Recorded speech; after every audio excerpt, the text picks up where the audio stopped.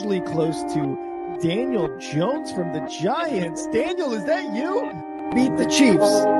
Show me. If the Broncos and Russell Wilson can show me that they can beat the Chiefs, then I will start believing.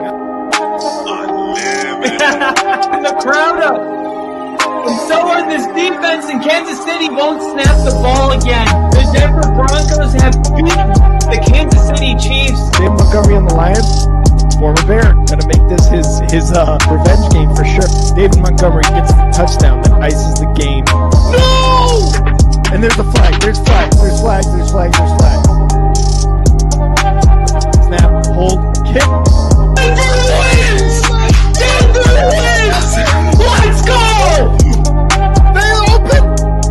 No! What happened?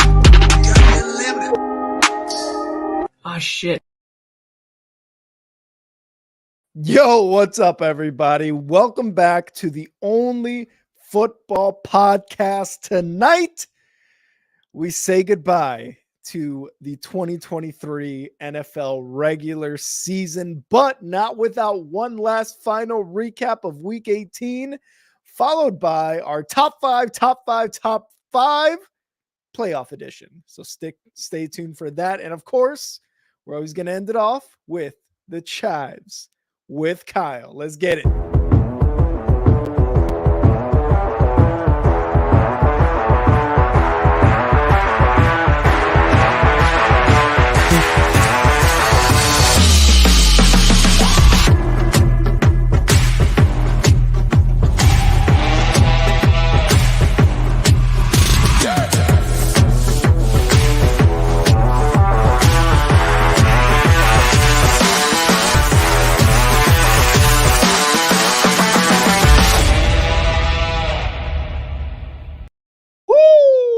What is going on, guys? Welcome to the Only Football Podcast. I'm Kyle and that's Rick. I'm Rick, that's Kyle. And we had not just a crazy Week 18, man, but we had the Titans beat Jacksonville and eliminate them from the playoffs. By the way, that head coach that pulled that off got fired today. We're going to get into all of it. Some of it makes sense and some of it doesn't. And there will be, just heads up, there will be some games that we talk about, and we're not going to have much to talk about. So instead, we're going to talk about the state of that franchise. But this one, I guess we'll talk half about the game, and we'll talk about half about one of the teams, maybe both of them, because both of them are in the playoffs. The Baltimore Ravens got beat by the Steelers at home, but the Ravens weren't playing their starters. They were going with Tyler Huntley. And I didn't think Pittsburgh did anything that I was like, yeah, that's a playoff team right there, man. Throw them in. And I hate to say this because I actually like Mike Tomlin as a coach and as a person. I think he's one of the great head coaches of our generation. He is. It's not a thing. He is. Yeah. But he hasn't really been able to just get over that 10-6, 9-8 hump, 10-7, whatever. He hasn't been able to get over it. And you're always kind of cheering for him. At least I am. Actually, my middle school teacher was in the Navy, and she was a diehard Steelers fan. She was young too, so she did her 6 years and went to college with the GI Bill, and she became a teacher. I always think of her when I talk about the Steelers, and I'm happy for her. But the Steelers aren't a real threat in the AFC. Not as far as I'm concerned, especially with the whole Kenny Pickett. I'm hearing Kenny Pickett. Is he going to play? And if he does, I'm not sure if it's a huge upgrade. I just think Pittsburgh, now we know who they're going to play next week, and we won't talk about that today. But the Steelers get in the playoffs because they took care of business, but I'm not going to get carried away with this one. Yeah, no, I feel the same exact way, man. Mason Rudolph didn't do anything too crazy, although really when you look at what he did when he stepped in to this Steelers team, who was really without a solid quarterback, even with Kenny Pickett, even with Mitch Trubisky, he led them to those wins to get them in this position to be able to sneak into the playoffs, right? As far as impressive, like you said, nothing really is impressive about the Pittsburgh Steelers going into the playoffs or even beating a Baltimore Ravens team by only 7 points, and that was with their starters being sat. So again, like, they're getting into the playoffs. It's a huge, good thing for them, really getting into this playoff team. 3 AFC North teams are getting into this, but they're not impressing. They're similar to one other team we're going to talk about, like the Bucs. The Bucs haven't really been impressing. They're division winners, sure, but like the way they did it was just not great. And they seem like the most underwhelming team going into the playoffs. But the Steelers, again, not doing much. TJ Watt is hurt, so they're going to need a lot of help. They've had a ton of injuries. And like you said, if Kenny Pickett is starting with what he's done this season, if that's anything to go off of moving forward, it's going to be a rough go. And the Ravens, again, sat all their starters, lost the game. They had already locked up the number 1 seed. This was more of just, let's go play a football game. And if we win, we win. They almost did. They only lost by a score. They almost did. But for the Ravens, again, number 1 seed locked. John Harbaugh went to the Michigan national championship game. Some players went, so they're having a nice little week off here and waiting for that wild card round to finish up. Yeah, that was awesome to see that moment with him and his brother pregame, and then him and his mom and dad after. I don't know if you saw the video of him hugging his parents. I love that. Who's going to better than us? No one. And did you see the one where he's like, they doubted us, or they tried to say we were cheating, but there's nothing you can do but watch us. Yeah. Or something like that. I was like, awesome. That's so hard.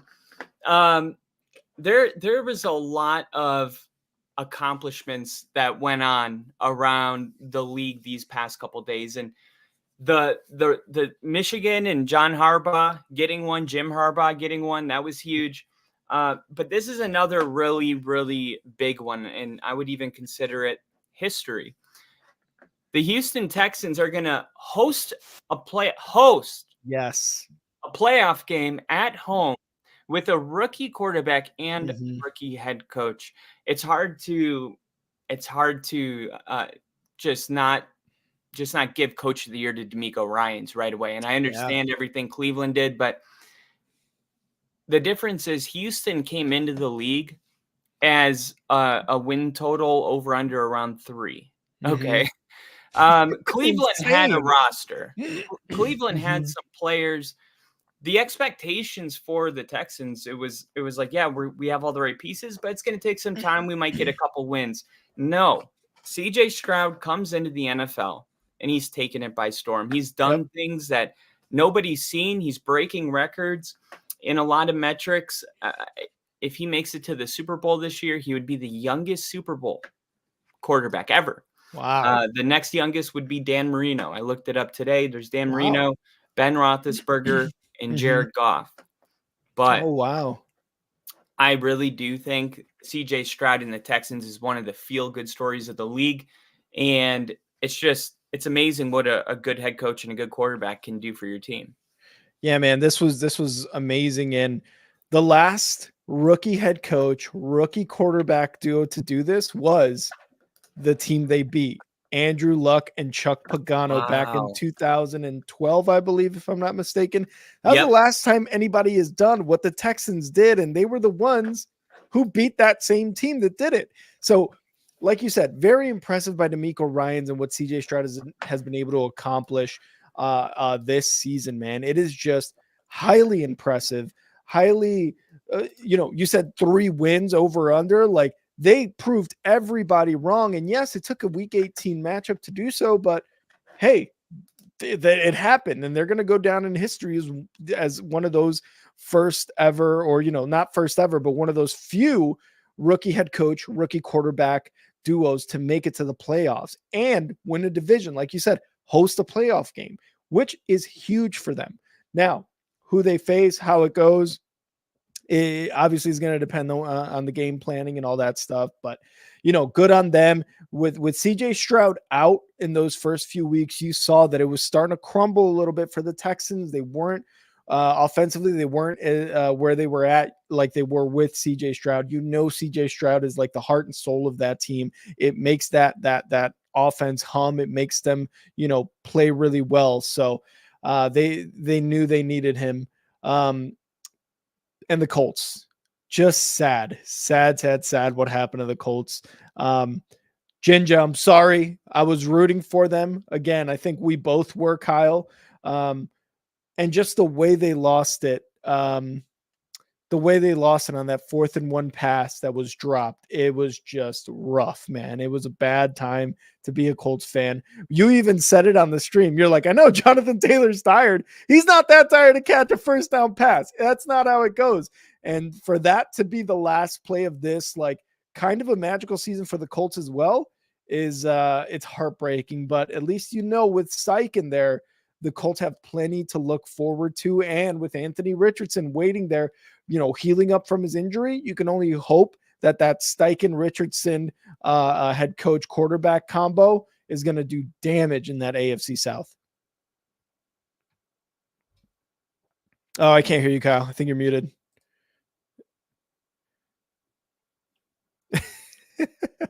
We got Kyle with some technical difficulties here. We'll get him back up here, but yeah, the Colts losing the way they did, it's rough. The way it happened, right? That 4th-and-1 to, God, I don't even remember his name. If you guys remember who it was that missed that, please put it in the chat here, and let me see if I could look it up here. The running back. Oh man, it was everybody but Jonathan Taylor who that happened to. Let me see if I could find it. Yeah, no, I can't find it. But again, the Colts in general, I think moving forward, like I was saying, have a very clear kind of future. Shane Steichen, the way he kind of went about that offense is going to be awesome. And the way they continue to play is going to be heavily influenced by how Steichen continues to do that and the health of Anthony Richardson. And let's get Kyle back in here, see if he's able to get on here. Kyle? Sorry about that. No worries. My thing was muted, and then I was in a different tab, and then my mouse died, so I couldn't. Everything's going wrong. Literally everything went wrong, but not for the Texans, man. So do you think the Colts going forward should expect playoffs with Anthony Richardson next season? Yeah, 100%, man. Maybe not next season. I definitely think in the future, if they can get in there next season, then I don't think it'll be a huge surprise. I don't think we're talking like Houston Texans huge surprise. I think we're talking like, oh shit, you got the Jags, you got the Houston Texans and the Colts. Like that can be a powerhouse division going forward. But they are going to have to win a lot of games, obviously outside of their division, within their division, to be a wild card or to even try to get that division crowned. But moving forward, it's going to be tough for the Colts, the Texans, and the Jags. Those three guys are fighting for that top spot in the South there.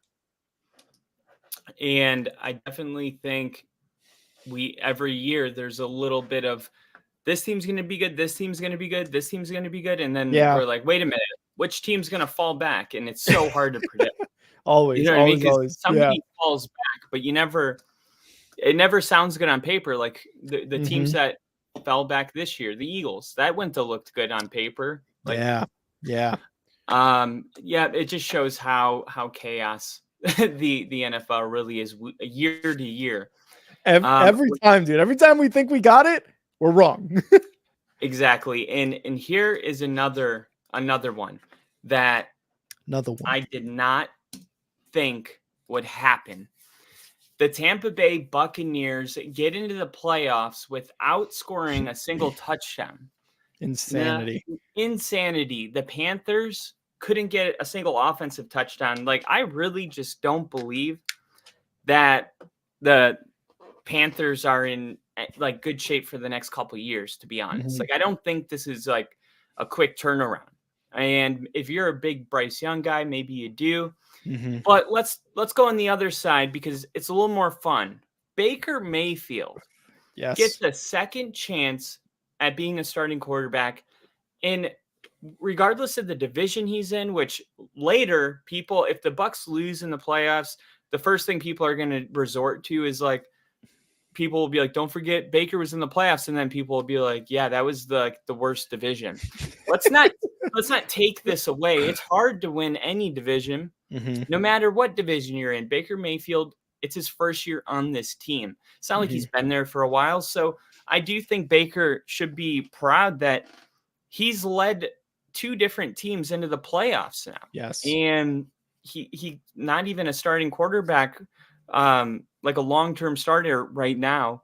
And I think Baker, if he could win this playoff game, where it's so hard not to combine it, but they're playing the Eagles next week, and the Eagles are 1-5 in their last couple of games.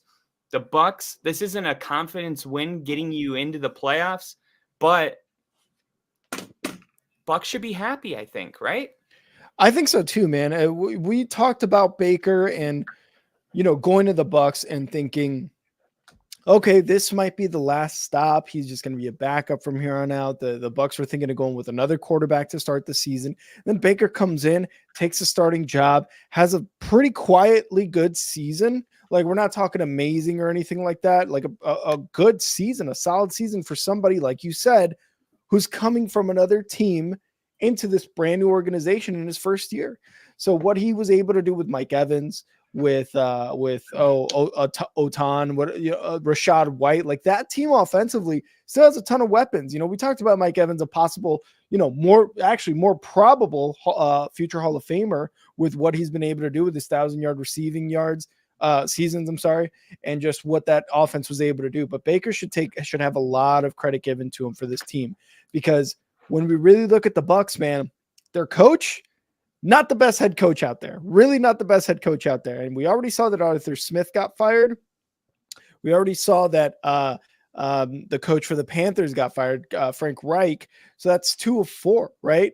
The other one being Dennis Allen and this guy, I always forget his fucking name, Todd Bowles, for the Bucs. So this, like, what he was able to overcome with some bad coaching and some bad coaching decisions we should give him a pat on the back for that. So it's a great story that they won their division. It just sucks that they had to do it 9-0, which they're another team that are kind of, in a sense, limping in the playoffs because of their latest game, right? 9-0, you can't score a touchdown on the Panthers. Come on. Everybody can score on the Panthers. Right. But yeah, one of the weaker teams going in the playoffs. And as far as the Panthers, you said it. It's looking very, very bad right now for the Panthers, but I think they may make some moves. David Tepper, billionaire, spilling drinks on people. He's got money like that, man. He's got fuck you money, and he's going to use that fuck you money to get some people in terms of a coaching staff in here to visualize and realize his goals for this team with Bryce Young at quarterback. Obviously, they need to work on weapons. They need to work on the offensive line. The defense has a solid core group of guys, and that's what they need to do going forward, is really build on top of that. You're not going to win tomorrow, Tepper, but you're going to win eventually if you just have a plan, which is something we talked about. And I just want to acknowledge this comment here by Bill. Wait, Rick has hair? I told you, no Bears gear is touching my skin. Wait a minute. How are those 2 things connected? Oh, because you always wear a hat. Always wear a hat. See, I was in the Navy with this guy, so I've seen all of his hair. You've seen me with hair, without hair, if you call that hair, all that stuff. Bald. Yep. Huge. All right, so moving on, we got our next game. And wait, I don't want to jump the gun. Did you have anything else on that game? Nope. All done with the Panthers. Okay, so, and I guess I'll just put a bow on that and say, I don't know if this is going to work out for the Panthers, just because I don't know, man. There's just something about certain franchises where you just know it has a feeling it's going to work. Like when D'Amico went to Houston, I feel like we all knew it was going to work. And when CJ was drafted, we kind of knew it was going to work. Like Bryce Young kind of, to me, didn't feel like it was going to work. And the head coach they hired, he just did so bad in Indy for 4 years. Why would you hire him? And then they end up hiring him, 11 weeks, 9 weeks into the season. And to me, there's just there's no light at the end of the tunnel that I can see for the Panthers. And if you're a Panthers fan, I'm sorry, but there's always a couple of teams like that every year. And unfortunately, I think the Panthers are going to be one of those teams next year because the damage that has been done by trading DJ Moore to Chicago and trading up to get Bryce Young from one bad quarterback mistake to another, it takes years for those things to work themselves out. So patience is key. All right. Our next game is going to be between the Cincinnati Bengals and the Browns. The Bengals, they came out because they had something to play for. Jake Browning. I thought that the Bengals looked good, but the Browns are playing all of their backups. So nothing really to talk about in this one because the Bengals did what you're supposed to do when one team isn't playing their starters. The only new information is that the Browns will be visiting the Texans in the wild card round. And Cleveland is going to be looking for its second playoff win in 3 years. And Joe Flacco's playing at a high level. I'd rather spend this time kind of talking, seeing what your feeling is right now on these Cleveland Browns as they get ready to hit the road. Do you think that they're the kind of team that could win a couple playoff games? Because I'm seeing people predicting the Browns in the AFC Championship game, and I'll tell you right now, I'm not. And I thought the Browns were good all year, but for sure, I'm not as high on Joe Flacco as some people. And I don't think that you should be like, oh man, I have this hot take or anything like that either, because you have some people who are definitely on that side where they're thinking the Cleveland Browns will go, but I feel like a majority of people who watch the NFL are like, the Browns story is a great story. Stefanski, what he's done with this team is an awesome story, losing Chubb, all these other injuries. Like, it's great. You brought Njoku back with Flacco. They became an awesome pair. Amari Cooper is breaking records in a Browns uniform. Like, it's all a great story. Does that mean that they can get to the AFC Championship? Probably not. Can they win a game in Houston against the Texans? I think so. I think they're that good where they're not going to be a one and done, where they can go into Houston and beat a rookie head coach and a rookie quarterback when you have a Super Bowl winning quarterback there and a Stefanski who is outcoached almost everyone in the NFL, right? Like who has been able to outcoach them. But again, can the Browns reach the AFC Championship? In my opinion, probably not. Probably not. You are looking at very much plus odds there for the Browns to do that. But yeah, man, it's a great story. Flacco, like you said, is playing at a high level. He's able to overcome a lot of his turnovers, which has been amazing for him. You know, you sometimes see like quarterbacks come in who are veterans like Flacco, have 3 interceptions and almost become sort of like a shell of themselves from that game, right? Like, I don't want to throw it big. Flacco just heaves it, man. He's like, fuck it. We'll see where it lands. And if it lands, cool. And if it doesn't, well, we'll go. I know I have a good enough defense to where I will be back in the field in 10 minutes. You know what I mean? So I think it's a great story. I think the Browns moving forward could definitely be a scary team to go up against. And yeah, they're going to be on the road for all of these playoffs, but I think they're one team that can definitely do it against the Texans. The Bengals, like you said, didn't really prove anything. You know, it was cool to see Jake Browning have a dub in his last game as a starter. But the Bengals right now, without Joe Burrow, are just not that team. They've also had injuries there, and, you know, not including Joe Burrow in the defense, but Zach Taylor, he's got a lot of figuring out to do. Like, okay, we've already had almost half a season without Joe Burrow. If that happens again, if something flares up again, what am I going to do? Am I going to trot Jake Browning out there? Do we need a better backup quarterback? What do we need? What have I done this season that I saw during those games without Joe Burrow? What do I need to do as a coach to be a starter next year? I think so. There was a lot of like offensive play calling that maybe like Jake Browning doesn't have the arm that Joe Burrow does. He doesn't have the athletic ability that he has, right? So maybe you got to tailor that more to Jake Browning when it does come to that. If it does come to that, which we hope now. We love fucking Joe Burrow on the Only Football podcast. We love him as an athlete. We love him as a person. And we hope that, you know, he is healthy for the rest of his career, but maybe you got to tailor some of that stuff to Jake Browning in the future if something happens to Joe Burrow again. Yeah, definitely. And We'll see if I just posted this stream too. So everybody that's in here right now, glad to have you in here. Yeah. All right. We're going to go into the NFC North because there's a lot to discuss, and I know you're not pumped about it, bud. And I'm not. Not. I'm not. We're gonna take it easy, all right? We'll start with the Lions and the Vikings. Well, yeah. I'm not gonna be mean. We'll start with these two teams. Minnesota. They are not going to make the playoffs this year. Mm-hmm. I will say the Lions to me look like a dangerous team. I had Aiden Hutchinson's stats up. He forced.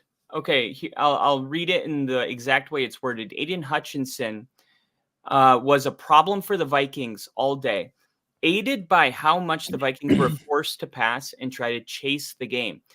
Pending grade review, Hutchinson posted a 22.7% pass rush win rate. He also stuffed a trick play in the red zone to bring Justin Jefferson down well behind the line of scrimmage and turn a potential touchdown drive into a field goal. I bring this up because I got some slack for having the Lions at 3 in my power rankings, but there's only a couple players in the NFL that really have the ability to take a team to the Super Bowl.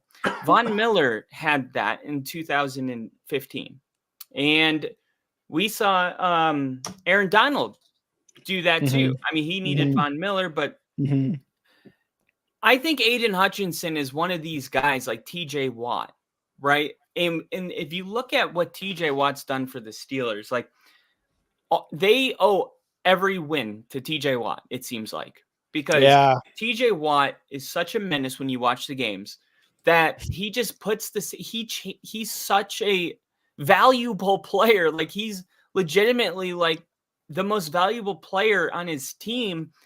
I don't know if it's in the league, but you can make a case that he is. The other guy is Aiden Hutchinson. Now he's still not getting that kind of people know, but they're going to find out real quick. He's going to get a little bit better in the next 2 years, and he's going to be that dude, cover him at and bank it. I think that what the Lions are this year is if like the Steelers had a good offense. We would be really high on the Steelers. And the Lions at times, it seems like they're gambling a little too much, going for 2-point conversions, but it's part of their identity. Like you can't tell somebody not to be who they are. People can learn and grow, but it's kind of important to be authentic.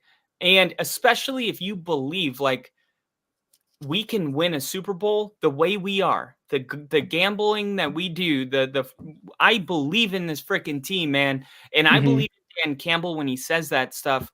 I think the Lions could go to the Super Bowl this year. If you ask me what's their ceiling, it's going to the Super Bowl. And I want to know if you agree with me on this because I really haven't. There was one point in the season where the Lions were losing, but it just to me seems like they fixed it. Whatever it was, they were just having a bad couple of games, like where every team in the playoffs has had a streak. Take your pick. Everybody's not looked great at one point, but who are these teams right now? Detroit, I think they're one of the best teams in the NFL. Yeah, and I was going to say the same thing, man. Like all these teams in the playoffs, they are not perfect. Even when you're perfect, we're talking about the 2007 Patriots. You're not perfect, right? Like you were not perfect. The way you got there is not perfect in every sense. You're not the University of Michigan, right? I'm just going to throw that in there. But you're not like that, right? You're not 100% perfect. You had those speed bumps. And the thing with me is why I don't truly believe the Lions to be a Super Bowl team is this NFL is highly, if not completely relying on its quarterback play. And Jared Goff, as well as he's played these last 2 seasons in Detroit, there have just been times when he does not look like the competent quarterback that we see earlier in the season with Detroit or late in the season last year when, the Detroit Lions went on that run to really establish themselves as a team to look at for the next season and beyond in the playoffs. Jared Goff to me really seems to be like that weak point for the Lions, and yet he's still doing like really good. He's still a very good, competent quarterback. I wish I had him on the Bears, but there are still times where what he does is like he can't get out of his own way. Well, I just mentioned earlier, right? Flacco, he'll throw 3 interceptions, but he'll throw 3 or 4 touchdowns as well. Whereas Jared Goff, I feel like he throws those 3 interceptions and you don't see him really throw the ball anymore after that third one. You see maybe like 10 attempts with 3, 4 completions, and he's just scared. He doesn't want to take that risk. He doesn't want to try to be the guy to elevate his team into a dub, man. And I think that's the biggest Achilles heel for the Lions. Do I think they can go far in the playoffs? I think they could. They have Dan Campbell there as a coach. Their offense is still really solid, although the Laporta loss looks bad. It really looks bad on Dan Campbell, right? Playing his starters or whatever. And that is what it is, right? We're not here to criticize those decisions. But the defense, like you said, there are players with Hutchinson that can really take your team to another level. The defense is probably another big thing that has to come together to really play those type of games where they can shut down another playoff team to continue to move forward. Luckily for them, they got a home game, right? They're division winners. They're going to host a playoff game. Really after that though, it's depending on who they play, who's in, who's out in our divisional rounds, right? But I truly don't think the Lions can move into the Super Bowl with the team they have now. And again, the defense playing as one solid unit, and Jared Goff, the 2 biggest flaws I think for them. As far as the Minnesota Vikings, you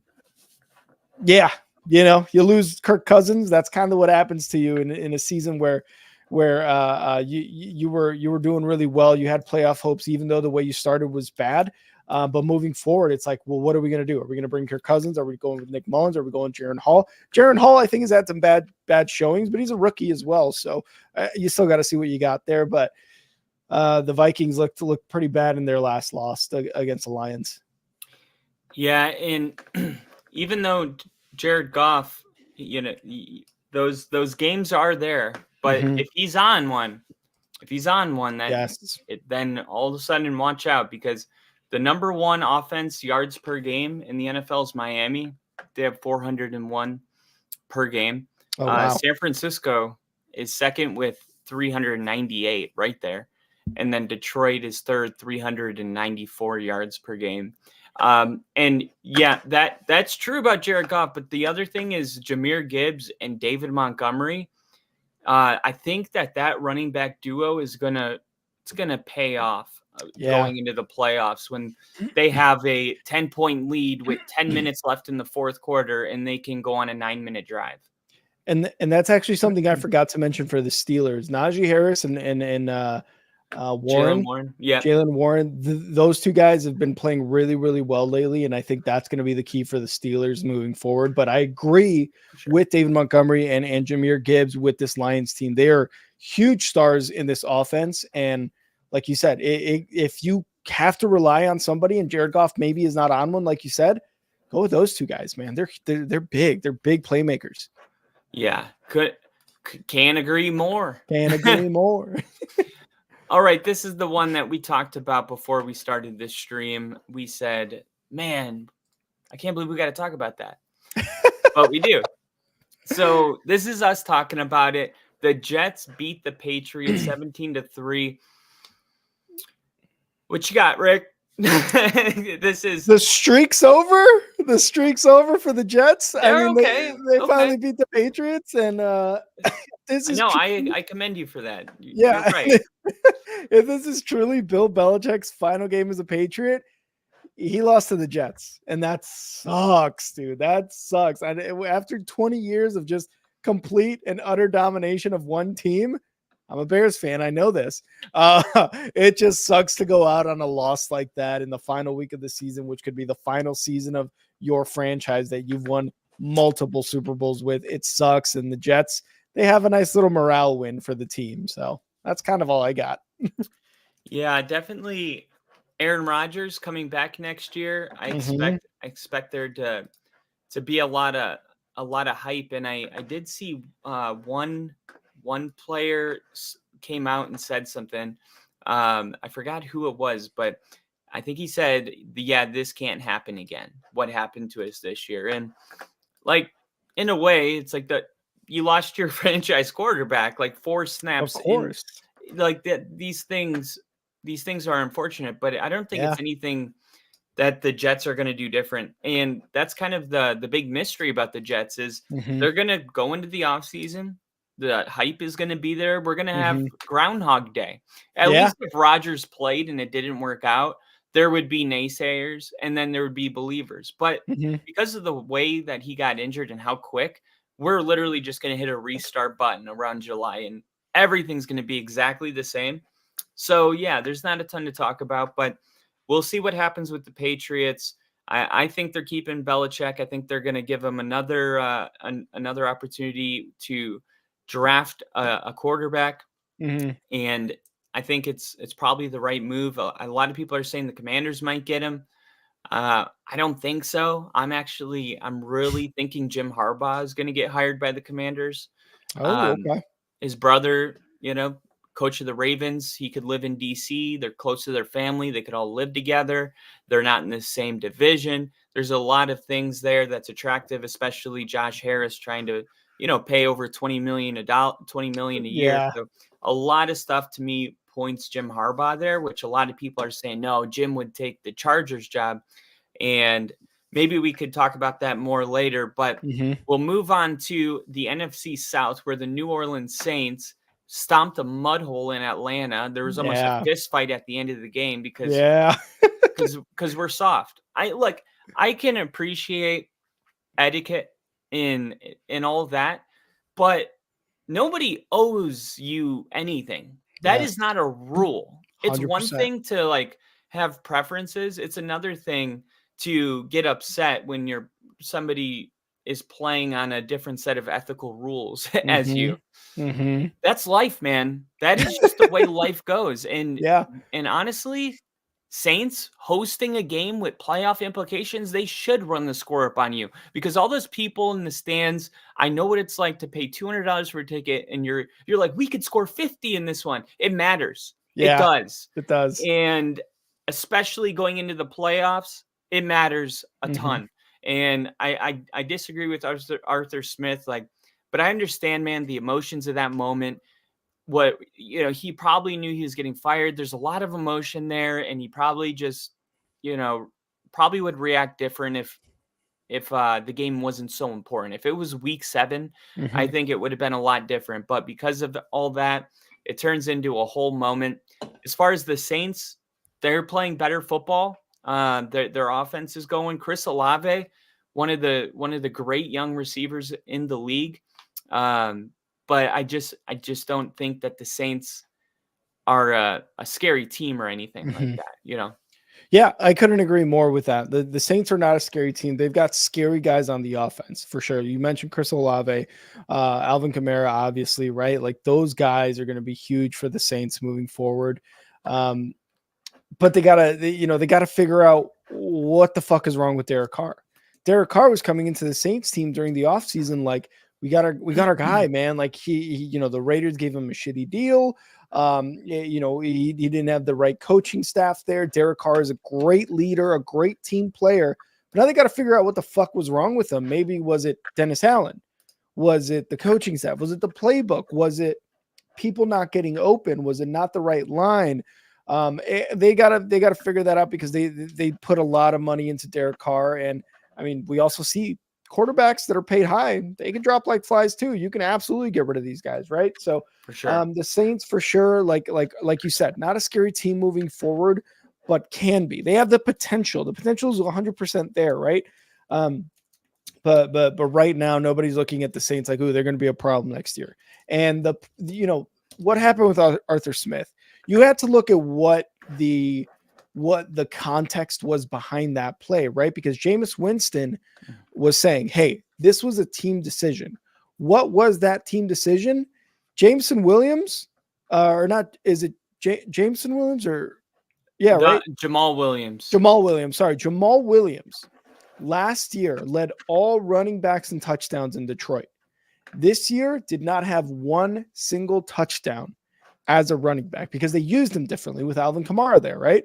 Yeah. Did not have one touchdown the entire season. Jameis Winston said to get him in the end zone was a team decision in the huddle.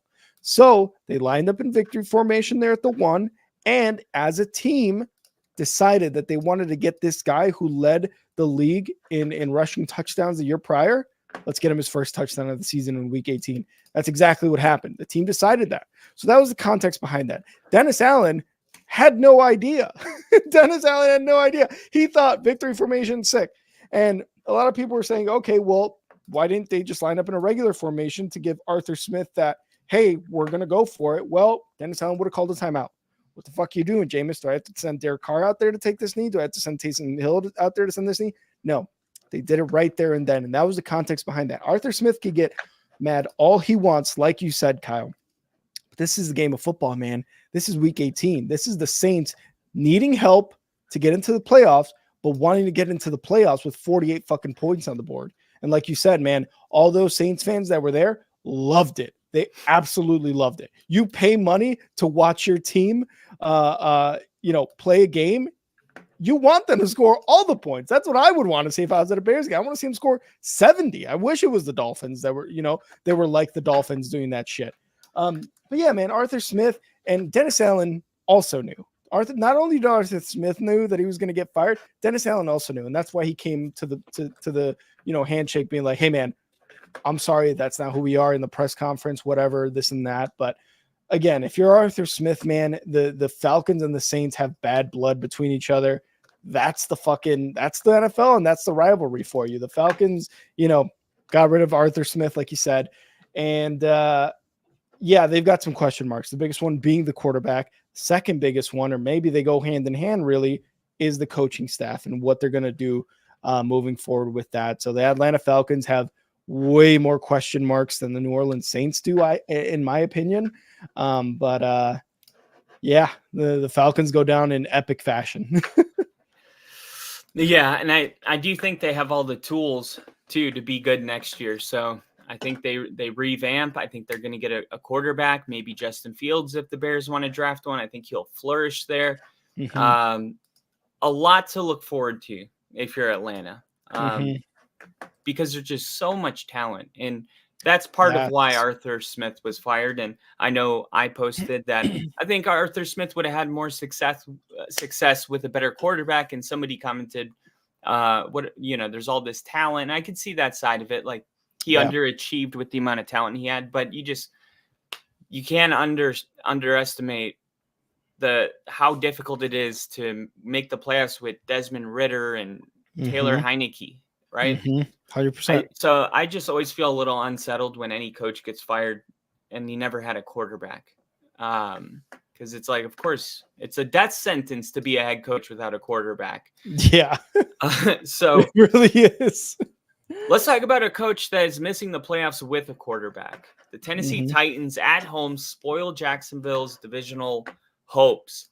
For the second straight year, the fate of the AFC South came down to week 18, but this time it was Jacksonville that fumbled away the division. Last year was Tennessee. Turnovers and a leaky defense led to a season-ending defeat for the Jags.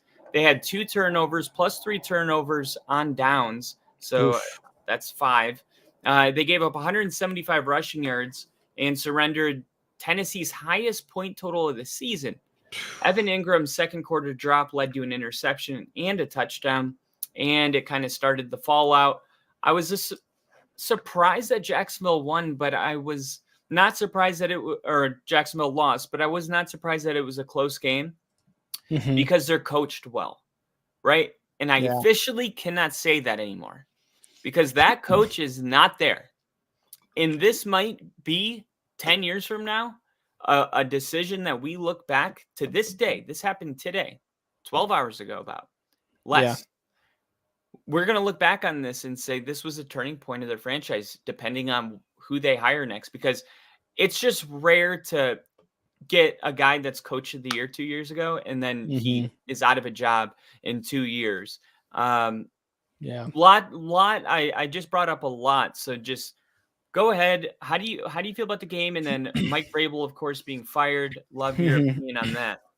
Yeah, I'll start with the Jags, man. It sucks what happened with how well Trevor Lawrence has been playing, how amazing that transition from their old head coach Myers to Doug Peterson, how great that was for that Jacksonville team, right? Really in the offseason, right? Like, how awesome was that to have a Super Bowl winning coach is now your head coach for a third year, fourth year quarterback, right? Like, now the wheel started turning, and everybody in Jacksonville was like, oh, hell yeah, we've got our coach, we've got our quarterback, we've got Calvin Ridley coming back. Like, this is like the season that we've been waiting for since Blake Bortles took us to the AFC Championship, right? Like, it's been a while.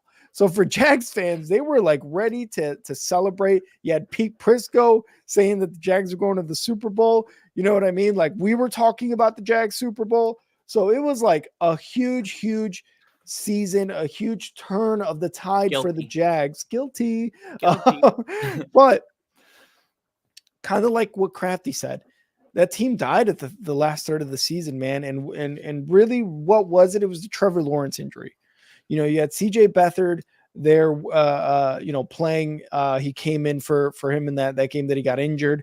And then Trevor Lawrence said, fuck it, I'm going to play through it. And that was not the correct decision.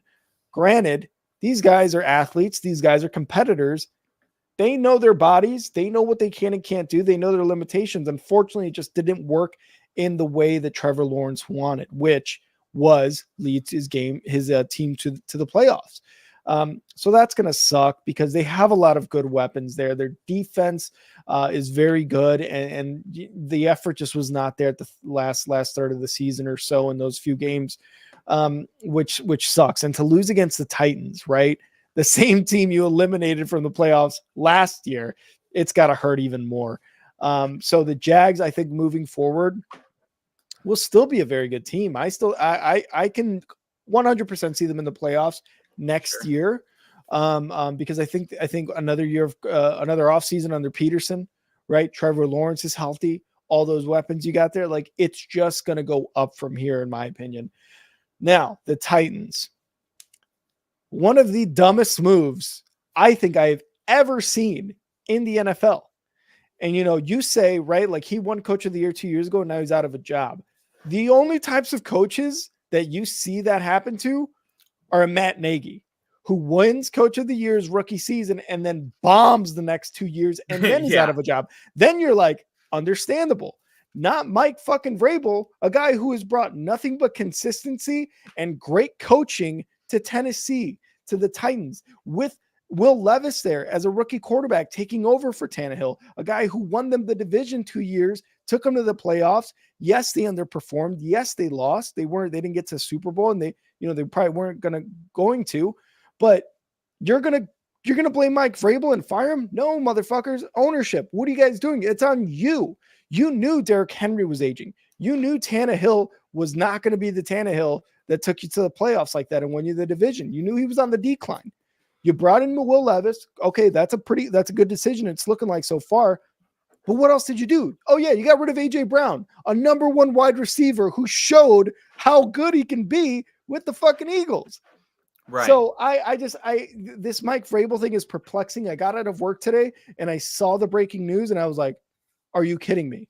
Are you absolutely kidding me? They got rid of Mike Vrabel. I want Mike Vrabel on the Bears. You know what I mean? Like, all these teams without a head coach right now are going to be chomping at the bit for Mike fucking Vrabel, man. They're going to be so lucky to get Mike Vrabel that when Mike Vrabel goes up against the Titans, he is going to fucking crush them. And he absolutely deserves this crushing of the Titans when he meets them again eventually, because they did him wrong, man. They did him very, very wrong. Yeah, man. Totally agree. And I was just as shocked as you when I heard it. And I thought the same thing, everything. Like, okay, well, he'll be a head coach. And 100%. And whoever Tennessee hires is not going to be as good as Mike Vrabel. So it's just bad, man, because it's the way I look at it is, even if you have a dynasty, there comes a time where a dynasty falls apart. It's usually about 4 years. And yeah, the Titans never won the big game, but they were the number 1 seed 3 years ago. They were in an Yeah. AFC championship. Like, if they're going through, and then you had a general manager send AJ Brown to the Eagles, draft Traylon Burks. Like, he made a lot of terrible decisions, and they fired that guy.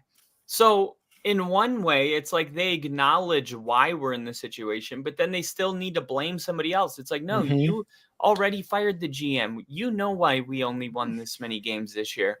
And it's funny because it doesn't matter how good of a coach it is.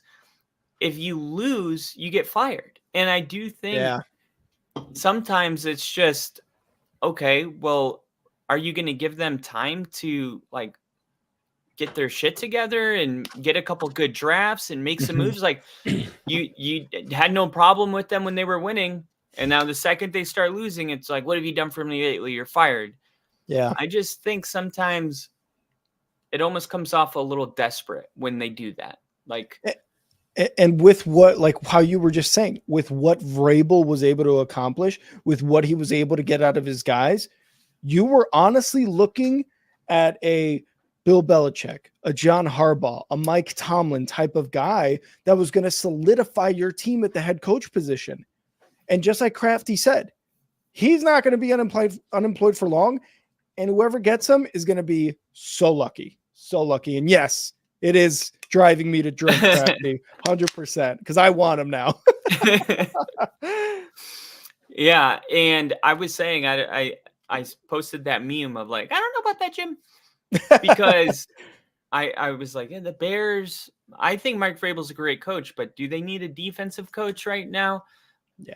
Maybe an offensive guy would be better. But if you did get him, somebody. yeah, it would still be like a good day if he was hired. But I would much rather get who's the best offensive coach available right now? Probably Ben Johnson. The OC head coach candidate. Yes, probably Ben Johnson. Yeah. I think they need to draft Marvin Harrison, invest in Justin Fields, and get an offensive guy. That's what I would do if I were the Bears. And then defensively, I wouldn't change anything. But they fired Eberflus, so not yet. Oh, you guys might be running it back. I think so. And we'll get into that here in a bit. I did just want to say my last bit on the Titans was, oh, you want to talk mothers. For the Titans, man, this is going to be a dip into the dark days. I think Will Levis is really the only shining light right now.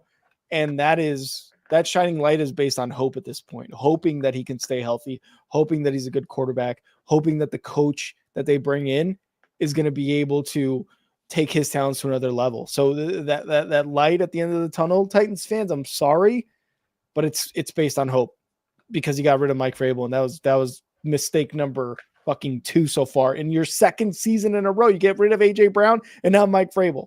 Insanity. Oh man. So much like good and bad all at the same time in week 18 recap. Let's do some more good and bad. So the Cardinals get beat by the Seahawks. It looked like the Seahawks were going to win this, or it looked like the Cardinals were going to win this game. Yeah. Arizona pulled off a fake field goal and took a 20-13 lead on it. And it looked like the Seahawks might not need the Packers to lose against the Bears in order to get into the playoffs. But in that moment, Smith and the Seahawks capitalized on a missed field goal, and they covered 67 yards in 4 plays with a gorgeous pass to Tyler Lockett to make it a 20-9 game. Pete Carroll is, of course, getting a little bit older. This is what he had to say. I'm not worn out. I'm not tired. Simple. So there had been some storylines. It was reported by Ian Rappaport and Tom Pelissero on Sunday that the Seahawks are always evaluating and updating a contingency plan in the event Carroll decides to walk away. So that's the reason that Carroll was asked about this. And he said, I'm not worn out. I'm not tired. I'm not any of that stuff. I need to do a better job, and I need to help my coaches more. And we need to do a better job of coaching. There's a lot of area for improvement, a lot of dirty hands on the Seahawks. And there's going to be questions about Geno Smith and what they do going forward. But I think for Arizona, I don't know. I feel kind of good about them going into next year. Do you get that feeling at all? Yes, 100% agree with that. And this was in a season where we were like, are they going to move on from Kyler? Is Gannon going to be the answer? And maybe they move on from him. Is a rookie quarterback make sense with a second year head coach? Blah blah blah. No, man, Kyler looked good in his games. He looked really damn good. He looked like Kyler of old when we were all thinking like, fucking Arizona got their guy. That's it. They're headed to the promised land with this guy. He's looking really, really good. And obviously, a lot of what was going on in the offseason with Kyler that we were kind of getting cold on him was like his attitude, his contract talks, all that stuff. Obviously, the head coach who was fired was also kind of a problem, even though he looked really good when he was when he had just gone to Arizona. But man, they look good, and with Gannon there, they look like a pretty well-oiled machine on the offense. They got James Conner, who's an absolute bulldozer of a human being. Kyler Murray still can't see over his lineman, knows where his receivers are going to be, though. And they've got some other weapons there to complement him. I think the coaching so far looks very promising. Kyler is looking better than ever. And he's still got some, like I said, like some weapons there. Oh my God, I forget the weapons that he has, a tight end especially, but he's got some guys that he can rely on moving forward. I think the defense is going to be obviously a huge question mark because when you're letting up like 30 points to the Bears, not a good look, but the Bears are also pretty solid offense when they want to be. And when Getsy isn't fucking them over. Yeah. But the Cardinals, yeah, man, I agree. They look good. They look good for the next season. Yeah. And for the Seahawks, I just feel like when they got booted from the playoffs last year from the 49ers and they were like, we're going to roll with Geno next year. I was like, well, I thought that their ceiling was what happened last year. I was like, yeah, I think you can make it to a divisional round, but I'm not sure how confident I am that until they invest in maybe a future at quarterback. But I don't know. Do you feel like Geno can be the guy next year too?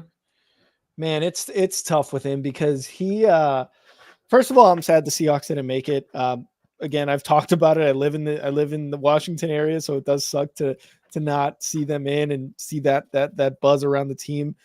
With Geno though, look, he led the league this year, I think, in game-winning drives with 7. But you always look at the other side of that game-winning drive stat, and you're like, well, you guys were down late. That's the reason you had to go on those game-winning drives, right? Like Tom Brady had a lot of game-winning drives too, but he won 5 Super Bowls. So you can dismiss the other side of that game-winning drive coin, right? But Geno, I think you said it best. I think they reached their ceiling with him, and that was last year in the wild card round. Can he give them another year of solid quarterback play? I think so, but the biggest thing with him was his health this season, right? That was the biggest question mark. Can we do it? And then you bring in the other quarterback. He had that game-winning drive, Drew Lock, right? And he was able to make some moves. He was able to get a game-winning drive, but it really did not feel like the same team without Geno Smith, offensive wise. Now, I've talked to Seahawks fans around here, and they still think that other than the quarterback, there's still holes to fill in the defense. There's still holes to fill in the offense. As far as their skill players, I think they're set. Jackson Smith and Jigba, DK Metcalf, you throw in Lockett or whatever, however long he's going to be there.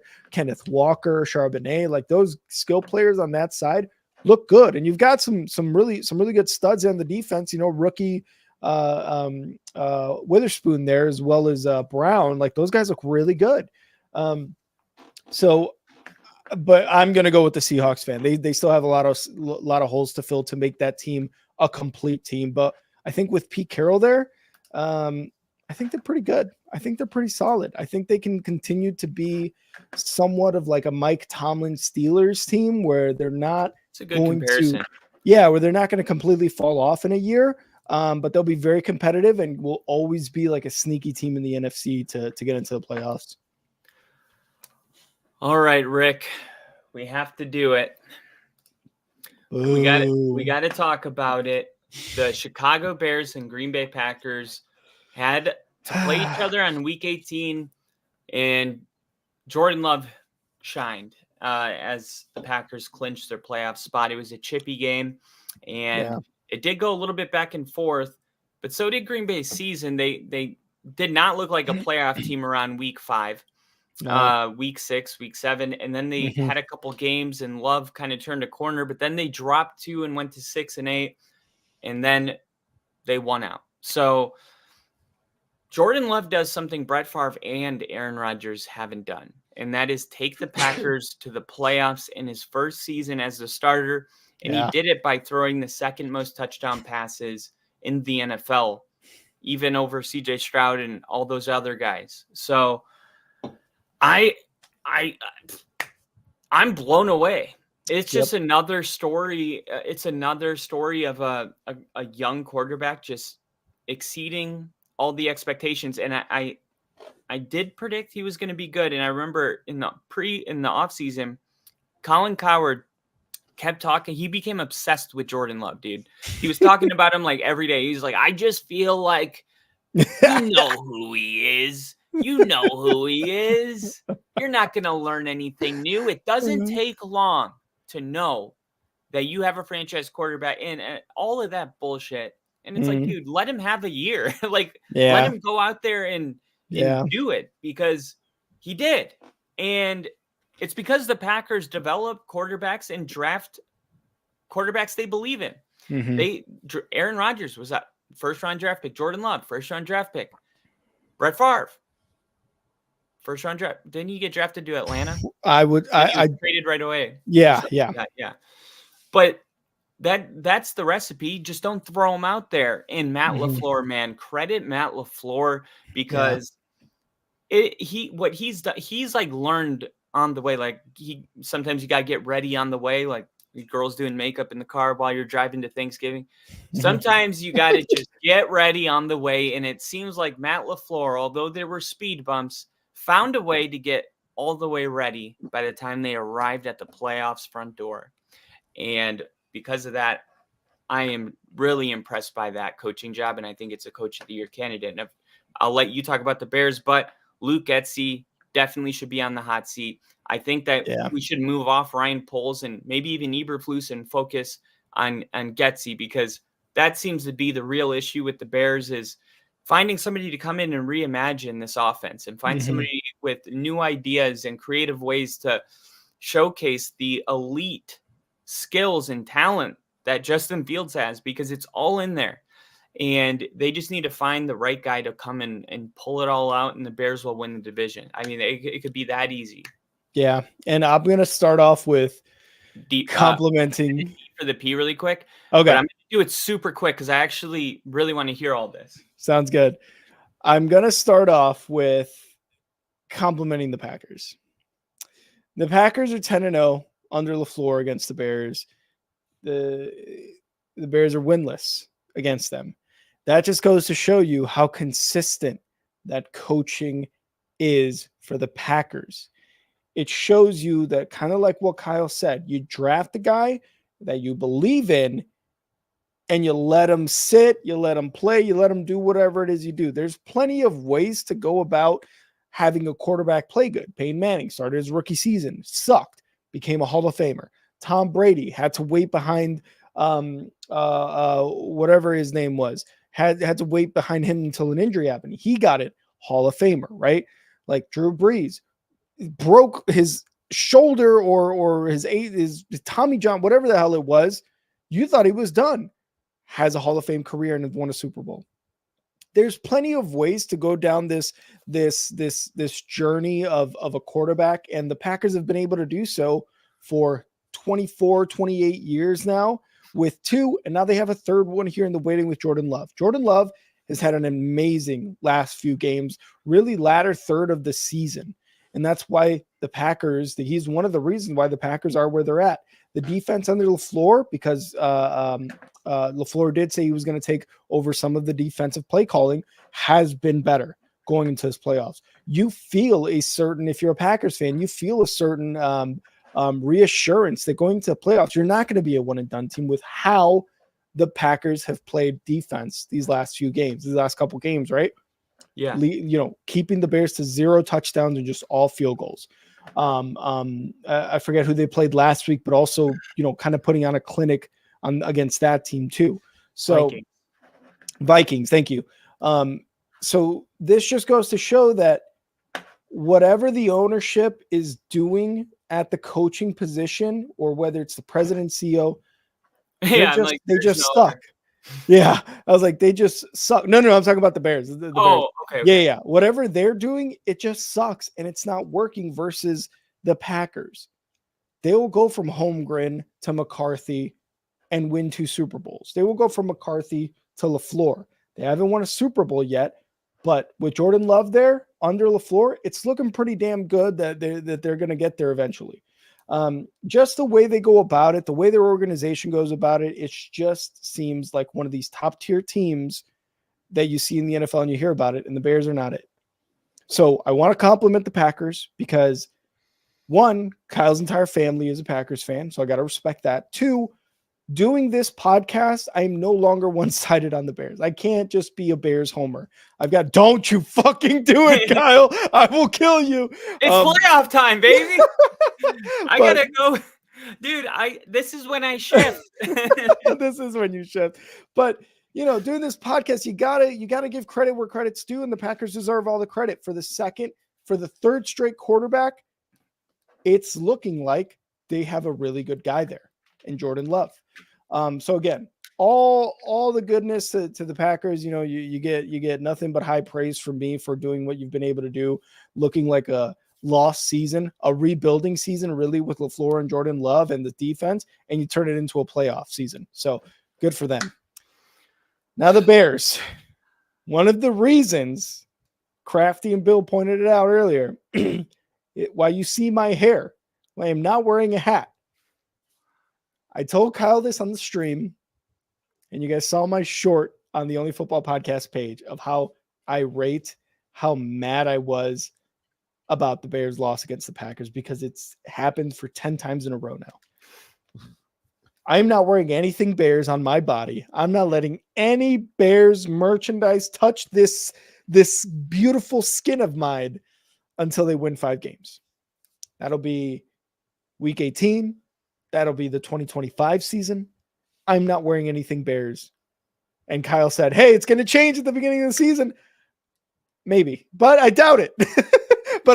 I'm really going to try to hold true to this, because what the Bears have done with this franchise against the Packers has been absolutely embarrassing. What the coaching staff has done against this Packers, every coaching staff for the last 5-6 seasons, has been embarrassing. There is nothing good that has come out of any Bears coaching decision this year against the Packers. They looked completely unprepared in week 1 against them. They looked completely unprepared and overmatched this past week 18. They looked bad, man. This is your rival. This is the longest rivalry in NFL history, and you should know that, and you do know that. Ryan Pohl's press conference as the GM said, we're going to beat the Packers, we're going to take the North, and we're never going to give it back. 0 for 2 so far, my friend, and 0 for 4 against the Packers. You just won your first NFC North Division rival game this year with you and Eberflus as a GM coach since the beginning of last season. You just won it, and you won 2 or 3, whatever the count was. So, look, Getsy, he's gone. 100% he's gone. There's no way they keep him after 2 unsuccessful offensive coordinator years. You're supposed to turn Justin Fields into this weapon. You looked like it was promising last year. You come into this season, and he has such up and down games that it's ridiculous that you're calling for Justin Fields' head. But Luke Getsy, gone. Complete insider for the Packers, in my opinion, for the Bears. Complete fucking double agent. Eberflus, all signs are pointing to Eberflus staying, and while I am so mad about that, I have to kind of step back and take a look at the bigger picture. What he did with the defense has been good. Obviously, you can't do it against the Packers in this week 18. Again, another reason why I think the coaching has just been unprepared for so many games this year. But you got to look at what he did with the defense. There's some coaching decisions and there's some continuity that you have to keep there with the team to kind of keep them together. while I don't love that idea, while I don't love that Eberflus is probably going to stay, I think the continuity part may be a good thing. But Kevin Warren, our president CEO, has not been 100% on board with Eberflus. Got Jim Harbaugh there waiting after winning a national championship. Does he want to come back into the NFL and cross the Super Bowl off his list after he got a national championship? You got coaches waiting. You got Vrabel, who just got fired. You got offensive coordinators who are 100% being scouted to be head coaches. So the fact that Kevin Warren, a guy who came from the Big Ten and made ridiculously good moves for that Big Ten conference in college football, is our president CEO, he's not going to take shit from anybody. I truly believe that. And I hope to God that is the case moving forward with the Bears. Ryan Poles, I enjoyed all of his moves so far. The only one that really comes to mind that was a big swing and a miss has been the Chase Claypool thing. But so far, three swings and misses. Yeah, 3 swings and misses on one guy for 3 teams. So I can live with that. Yeah, I mean, where's Chase Claypool right now? Buried at the depths of Miami. Buried. In Miami, which is all that matters. Great owners still make mistakes, but they pivot from them faster. Exactly. And that's a good sign that, you're not talking shit about this guy that's still on your team. You're talking about a guy that they already got rid of because they're like, yeah, we'll take the L. Exactly. And that's why I'm like Sean Payton moving off Russ. Exactly. And Randy Gregory earlier in the season, like these guys that know what they want in their organizations, like you said, they're going to move on quicker. They're going to be able to make these decisions faster. And yes, you could look back and be like, I can't believe you gave up the 32nd pick in the draft. Dude, okay, it happened. Look who we got in the draft. We got fucking some really good defensive players. I can't think of their names right now. But we got some good defensive players regardless. He has been hitting in his early round selections, and there are some late round selections that are starting to come to fruition. But Ryan Poles is a GM. I think we're fine with him. But the Bears, again, just look embarrassing in this loss against the Packers, against their rival. You got Justin Fields talking in his post-game presser about, hey, if this is the final rodeo, thank you to all Bears fans. I tried my best, this and that. We'll see what happens. Yeah, man, that was I had my angry rant in that short I posted, and I've got my more calm down rant. That is pure unfiltered Bears fan Rick for you guys right there. But the Bears are embarrassing. They go into an offseason with still the same questions we've had for decades now. But there's some players on here that I really, really love, and DJ Moore, some of the defensive guys I really, really love moving forward. Re-sign Jalen Johnson, though. Poles, come on. Okay. Do it. Okay. So you want Jalen Johnson re-signed? I want Jalen Johnson re-signed. He was one of the top cornerbacks in the league. He was a Pro Bowler this year. Yeah, man. What about Kyler? Kyler Gordon? Yeah, what about him? Isn't he the other corner? So he's usually used more nickel. He has made vast improvements this season from his rookie year, which if you're a good player, you're gonna do that. But if they don't keep Jalen Johnson, I feel good with Tyreek Stevenson and Kyler Gordon there at the cornerback position. But Kyler Gordon's skill sets are more for that nickel position, and how dominant Jalen Johnson has been against really good number one receivers in the league. You got to re-sign that, man. You really do. You got money too. Like, you're fine. You could re-sign this guy, and it's not going to be a problem. All right, so we're going to go into the AFC West. We're going to go right from your heartache. We'll get to mine in one more. We're going to knock out the entire AFC West in just 2 games. We'll start by the Chiefs getting the win over the Chargers. The biggest story in this one is Chris Jones played long enough to get his important sack. Chris Jones didn't play with the starters in Kansas City season opener while holding out, but he did suit up while many of the team's first stringers rested during the finale. Jones played deep into the third quarter in search of, at the very least, a half sack to bring his total up to 10 and earn $1.25 million based on an incentive in the 1-year deal he signed. On his 43rd and final snap, Jones took down Chargers quarterback Easton Stick to hit 10.5 sacks this season.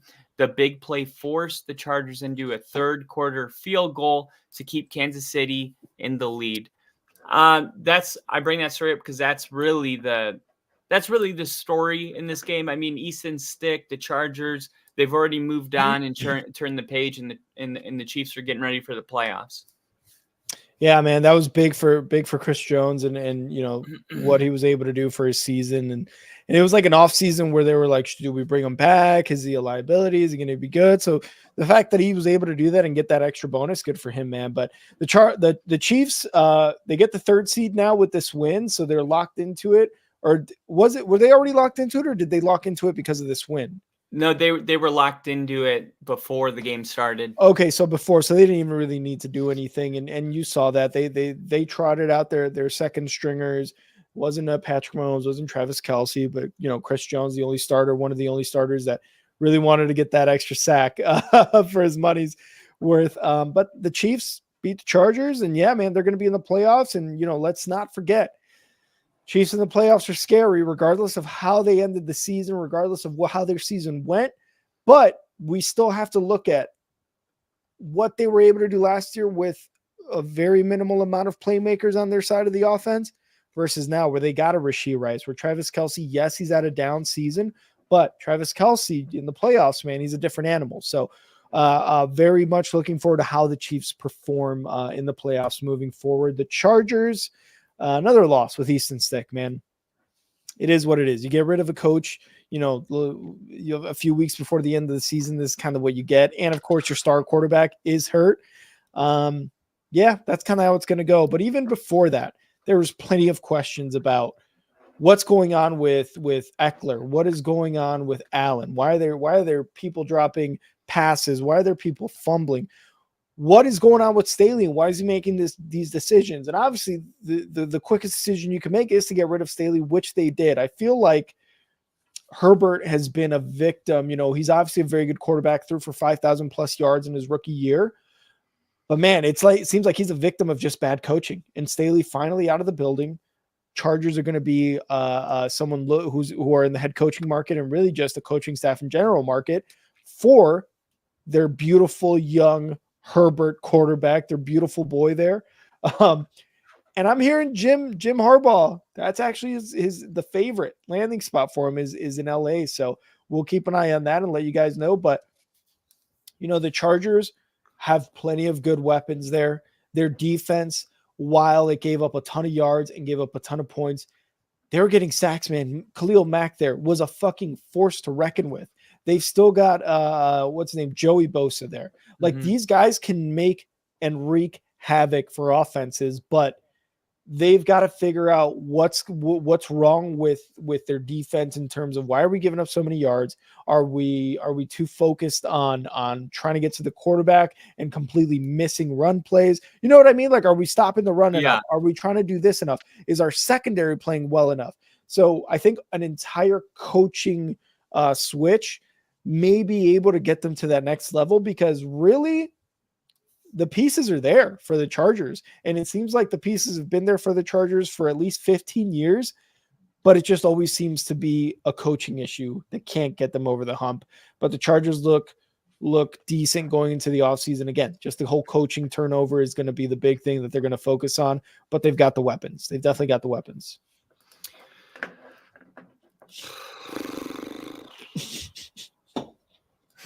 Oh my God.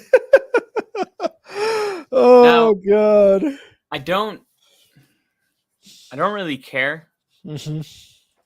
But at the same time, I care. Of course. Yeah.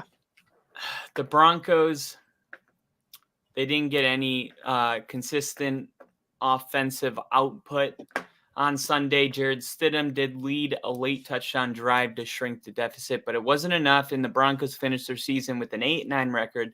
Their 7th straight year with a sub 500 record, and Stidham, starting against the team he was on in 2022, finished 20 of 34, 272 yards, a touchdown, and a pick. But outside of the 2 touchdown drives, Denver only had 127 yards in 8 drives.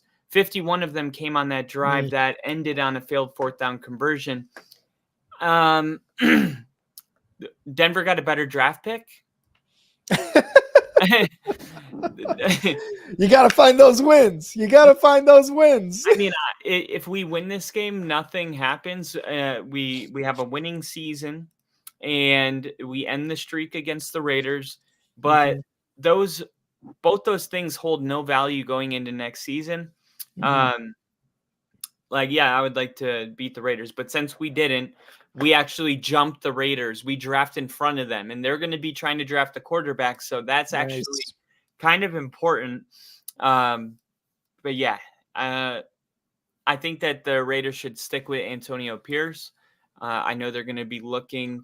I made a video about this, how the Mark Davis loves to get a big splash hire, Josh McDaniels, John Gruden. But I think sometimes the right guys in the building, he's not out there. He's in there. And Yeah. all they needed, I hope they recognize it, and I hope they give him a shot to lead, because I think he earned the job, right? Would you Yeah. say that he should be, like, would you go as far as to say he should be the head coach next year?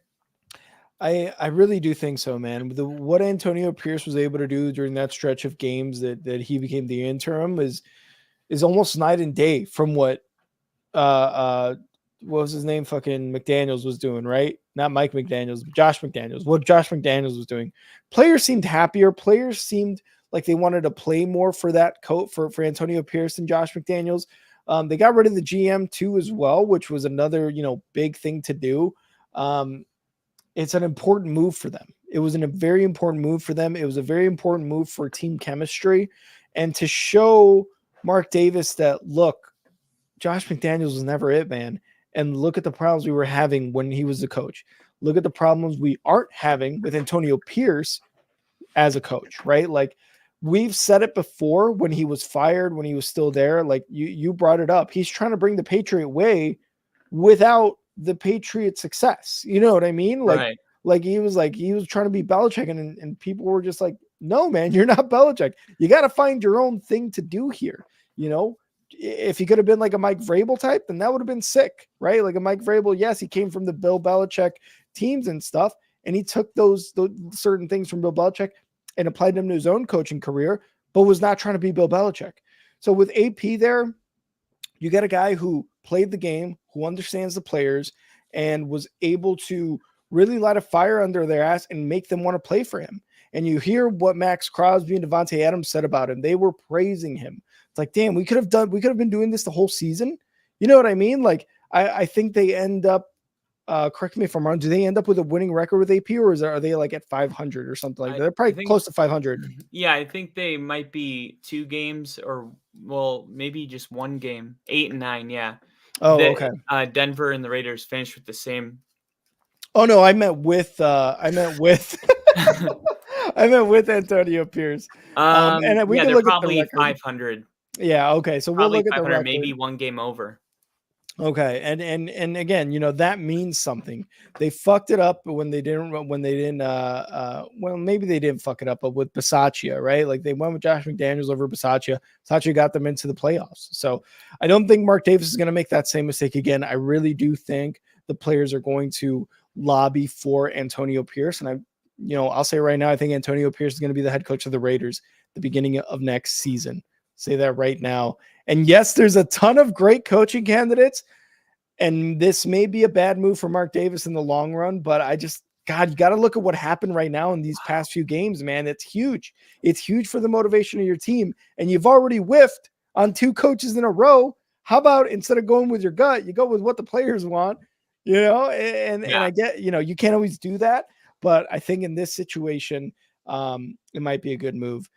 As far as the Broncos, or go ahead, Kyle, you were going to say something. I was just going to say the grass isn't greener on the other side. It's greener where you water it. And they Exactly. need to Exactly. invest in Antonio Pierce. 100%. Couldn't have said it better. And, as far as the Broncos, man, I know it's just been disappointing, right? The whole Russ news. When they told Russ, hey, man, take this out of your contract right after beating the Chiefs.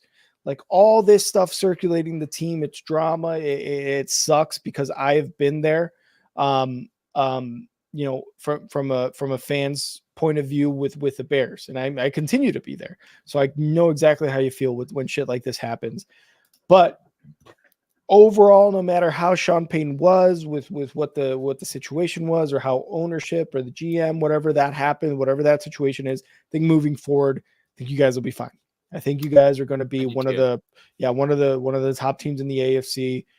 Maybe not next season, but I think the season after. I think the Broncos are going to be a very, very good team to reckon with. You know what I mean? And you guys are going to be definitely in that competition for the AFC West Division title in 2 seasons time.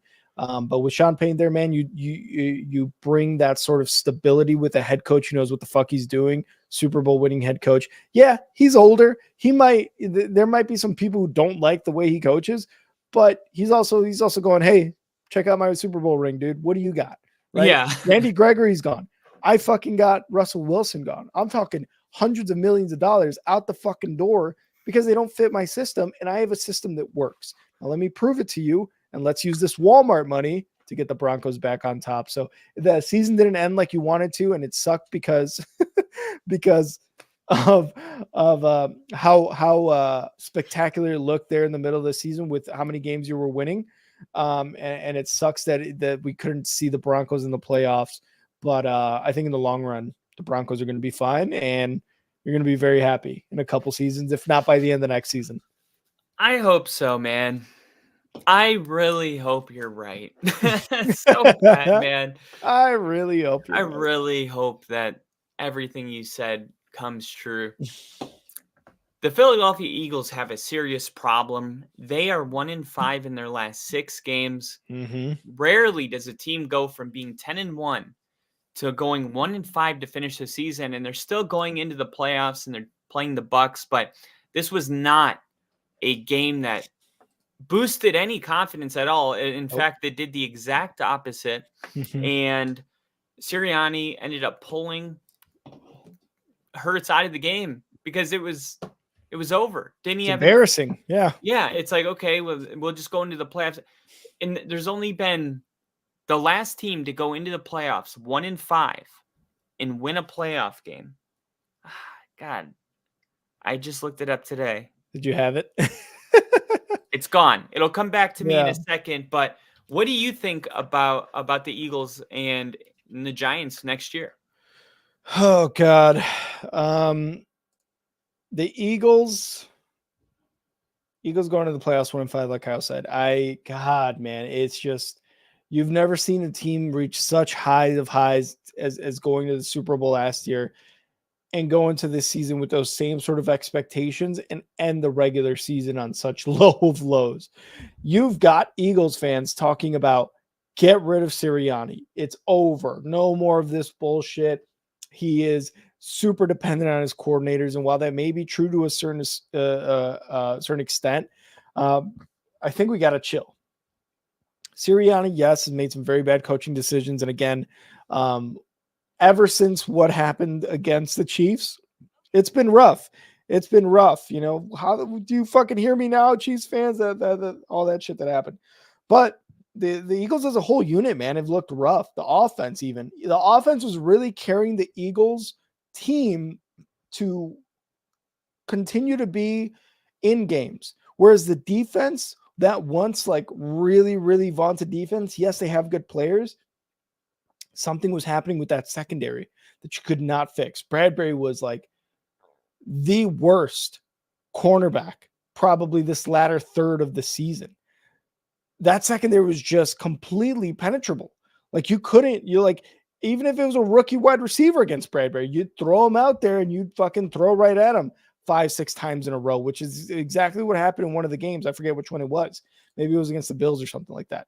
But that secondary sucks. You can throw the ball on them all day. You just need a little bit of time because, yes, you are going to have problems with that defensive line, but that defense as a whole unit, not as scary as they once were, like last year in the playoffs or last year as a season as a whole. So really Jalen Hurts and the offense kind of limped them back into the playoffs. And yes, they lost and they're going to be in the wild card. But the playoffs are a little bit of a different story. Again, Jalen Hurts, this team with Nick Sirianni, head coach, went to the Super Bowl. I still think they have a better shot than any of those other wild card teams in the playoffs to continue their playoff run. Is it going to be tough? Yes, 100%. It's going to be very tough for the Eagles because, like Kyle said, 1-5 going into the playoffs. Sorry ass fucking record and sorry ass team the way they're going into it, similar to the Bucs. But I still think they have a good shot. I think they have a better shot than many because this is the same team that went to the Super Bowl last season. They got plenty of weapons there in the offense. And while the Sirianni is somewhat becoming of an issue, I think maybe he might be able to get out of his own way to really get towards another Super Bowl appearance. And as far as the Giants, man, nothing but an up and down season. You lose Daniel Jones for the season after paying him a ton of money. You bring in Tyrod Taylor, he gets hurt. All of a sudden, you got Tommy Tuds becoming a star almost overnight. Saquon Barkley is still Saquon Barkley doing the things he does, and really just the biggest problem is on offense. But as Kyle has said, Brian Daboll there seems to be the answer at head coach with what he's been able to do with Tommy Tuds and Tyrod Taylor. The defense does need a little bit of work. Especially after trade deadline giving up one of their defensive linemen. So Bill, damn well exactly what the Giants need to do. But the Giants have probably a lot of work to do. And they asked Danny Dimes, like, do you think they should draft a quarterback, or do you believe in your abilities? And of course, he's like, I'm very confident in my abilities. You know what I mean? Not as sarcastic as I'm saying, but he's like, I'm very confident in my abilities. They shouldn't, basically saying, don't draft a quarterback. I can be that guy. But that is yet to be seen. So the Giants moving forward, a lot of questions to answer. And just like Bill said, our DC just quit. So a lot of questions, a lot of holes to fill for the Giants moving forward. I'm going to give you an example of how misleading stats can be. In the last 3 games, the number 1 red zone scoring team in the league, the Carolina Panthers. Why? Because they didn't get into the red zone last week. So right there, without context, stats are weird, right? They can get real weird real quick. Well, Philly was always a good red zone team. That was their thing. And on the season, they're a top 10 team. They score 60% of the time. They get into the red zone, they score a touchdown. That's 9th best in the NFL. The number 1 is 67. So it's pretty close. But in the last 3 games, Philly is in the bottom half of the league, 55%. They're scoring at about half. Wow. Which still is, like, I guess okay, but it's just not what they've been doing. So it's worth wondering, like, what's going on? Like, why are they not as efficient in the red zone? Why is their total offense down? Why are they giving up so many points or yards per game? Let me pull up this one right here. Opponent yards per game. And I'm going to go over the last 3. Just in the last 3, where's Philly?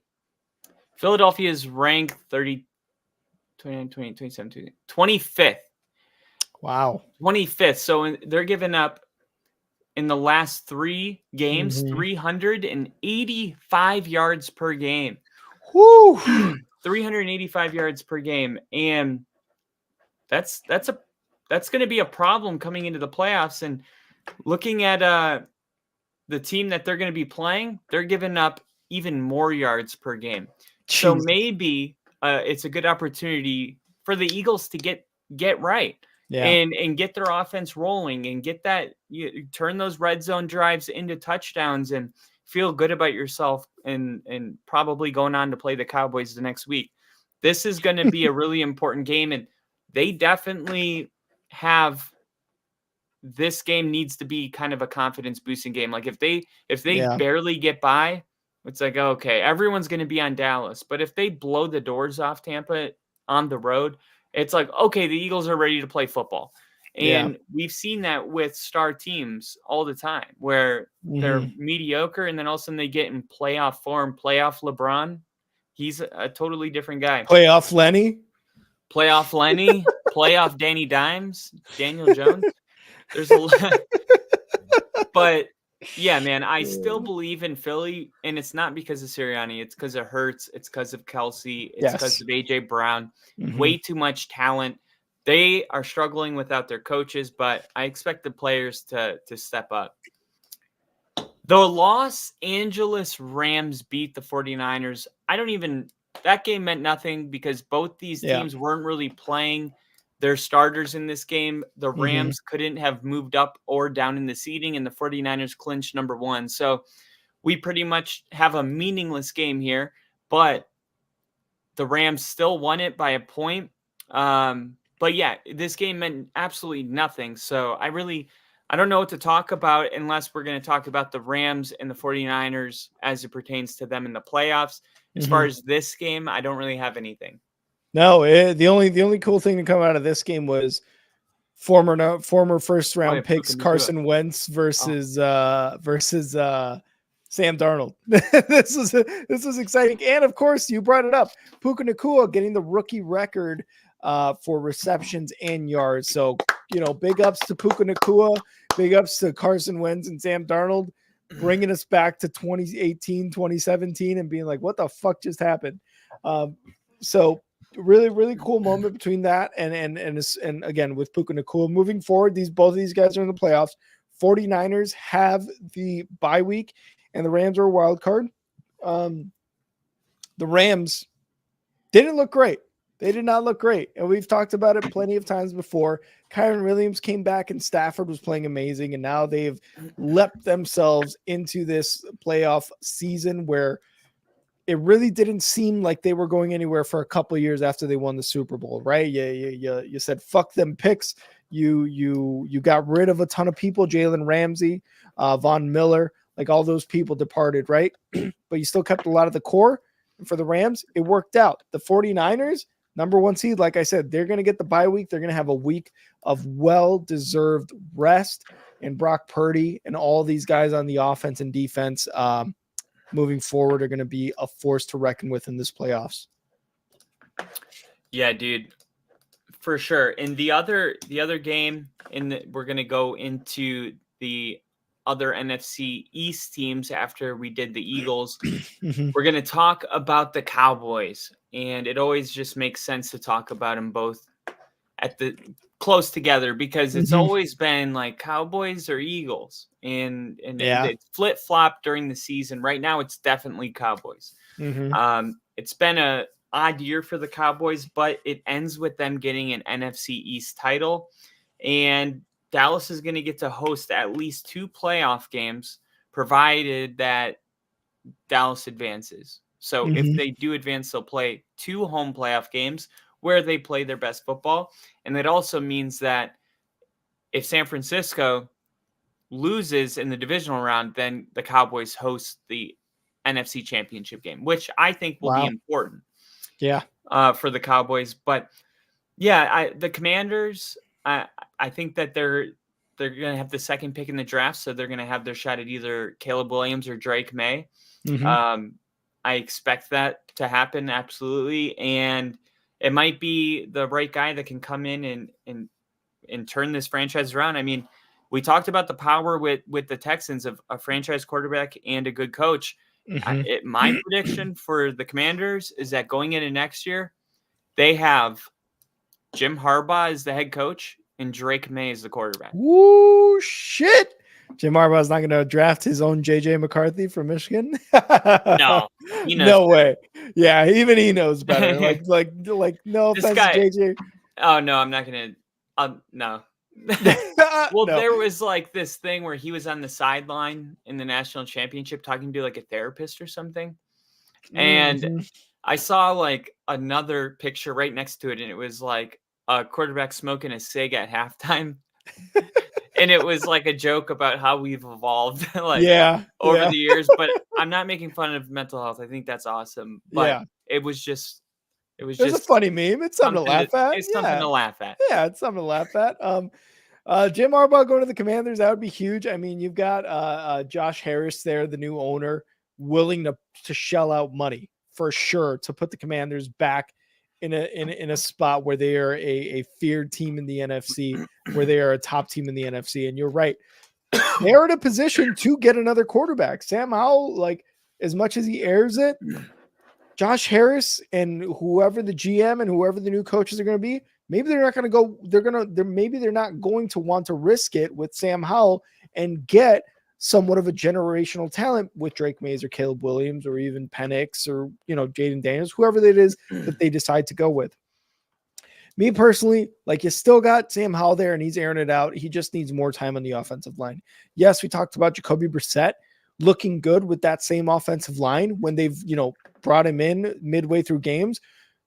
But there's also some speculation on the Washington Commanders fan side that Sam Howell's actually playing hurt a lot of those games. Really? The latter half of the season that he was playing injured. So maybe that might factor into something, although there hasn't been anything confirmed.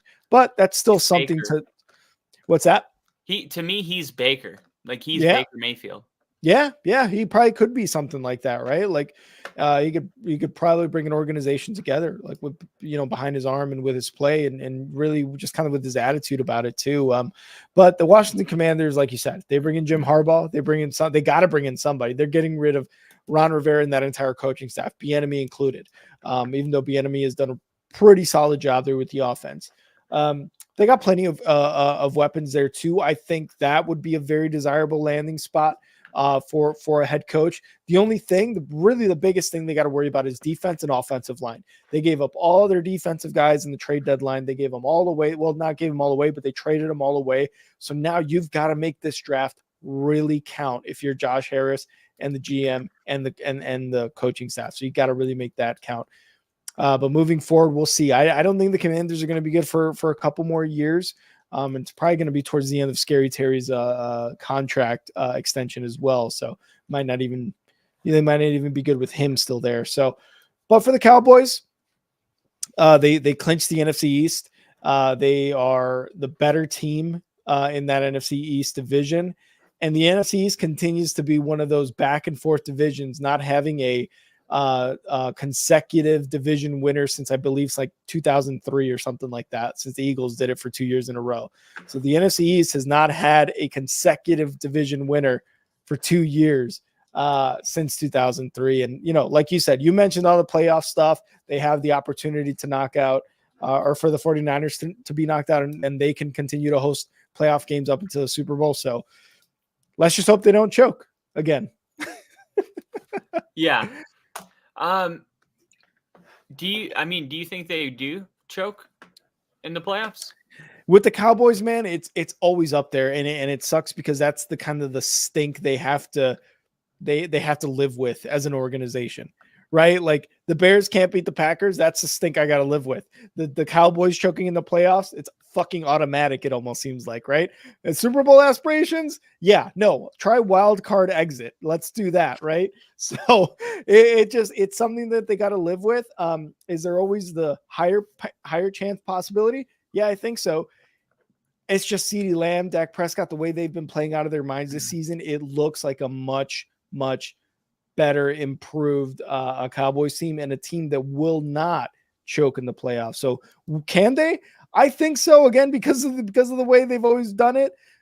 But this is a much better team, Dallas Cowboys team, in my opinion, in my life, that I feel confident in saying they can actually make it to that NFC Championship game. I think it in my head for sure. I'm with you. I completely agree. I think the Cowboys are for real, and I think they could play Buffalo in the Super Bowl. Now, I gotta do something really quick just for everybody, okay? So just like close your eyes, if you will. Follow along if you're at home. Okay. And I want to take you on a journey through Buffalo's season. All right. Yeah. So it starts off week 1. And they have to play the New York Jets, and the Jets beat them off a punt return. So they start 0-1. Then they play the Raiders the following week, and they win 38-10. Josh Allen went 37 for 31, 3 touchdown passes, 31-37. That's insane, man. And then they beat Buffalo by 30, or they beat Washington by 34 points after that. Then they went to play Miami, and they won by 28. This is a 3-1 football team with 1 loss against the Jets. Then they lose to Jacksonville by 5. That's an honorable loss. Respectable. At that time. respectable. Then they played the Giants and they win. Ugly game, 9-14, but that's the NFL. And then they lose to the Patriots, who upset multiple teams. But this is still a 4-3 football team, a winning record. Okay, then they win the next week against Tampa, and they're 5-3. Then they play Cincinnati, and they lose by 6. Joe Burrow was in this game, and they barely lost. And then Denver beat them on Monday night. So Buffalo did not even have a losing record after Denver beat them, and everybody was like, Buffalo's out. Yeah. Meanwhile, we saw teams that were 1-5 come back and make a postseason push. Yeah. We ruled Buffalo out because they didn't meet our expectations for the preseason, and that isn't fair, man. You can't just take a team that's 500 and be like, they're out because they're not as good as we thought they would be. That's not how it works. Because Buffalo, if you really go through these games, at their lowest point, they didn't even have a losing season. Yeah. And then they stomped a mud hole in the Jets, and then they lost in overtime to the Eagles by 3 and never lost again this year.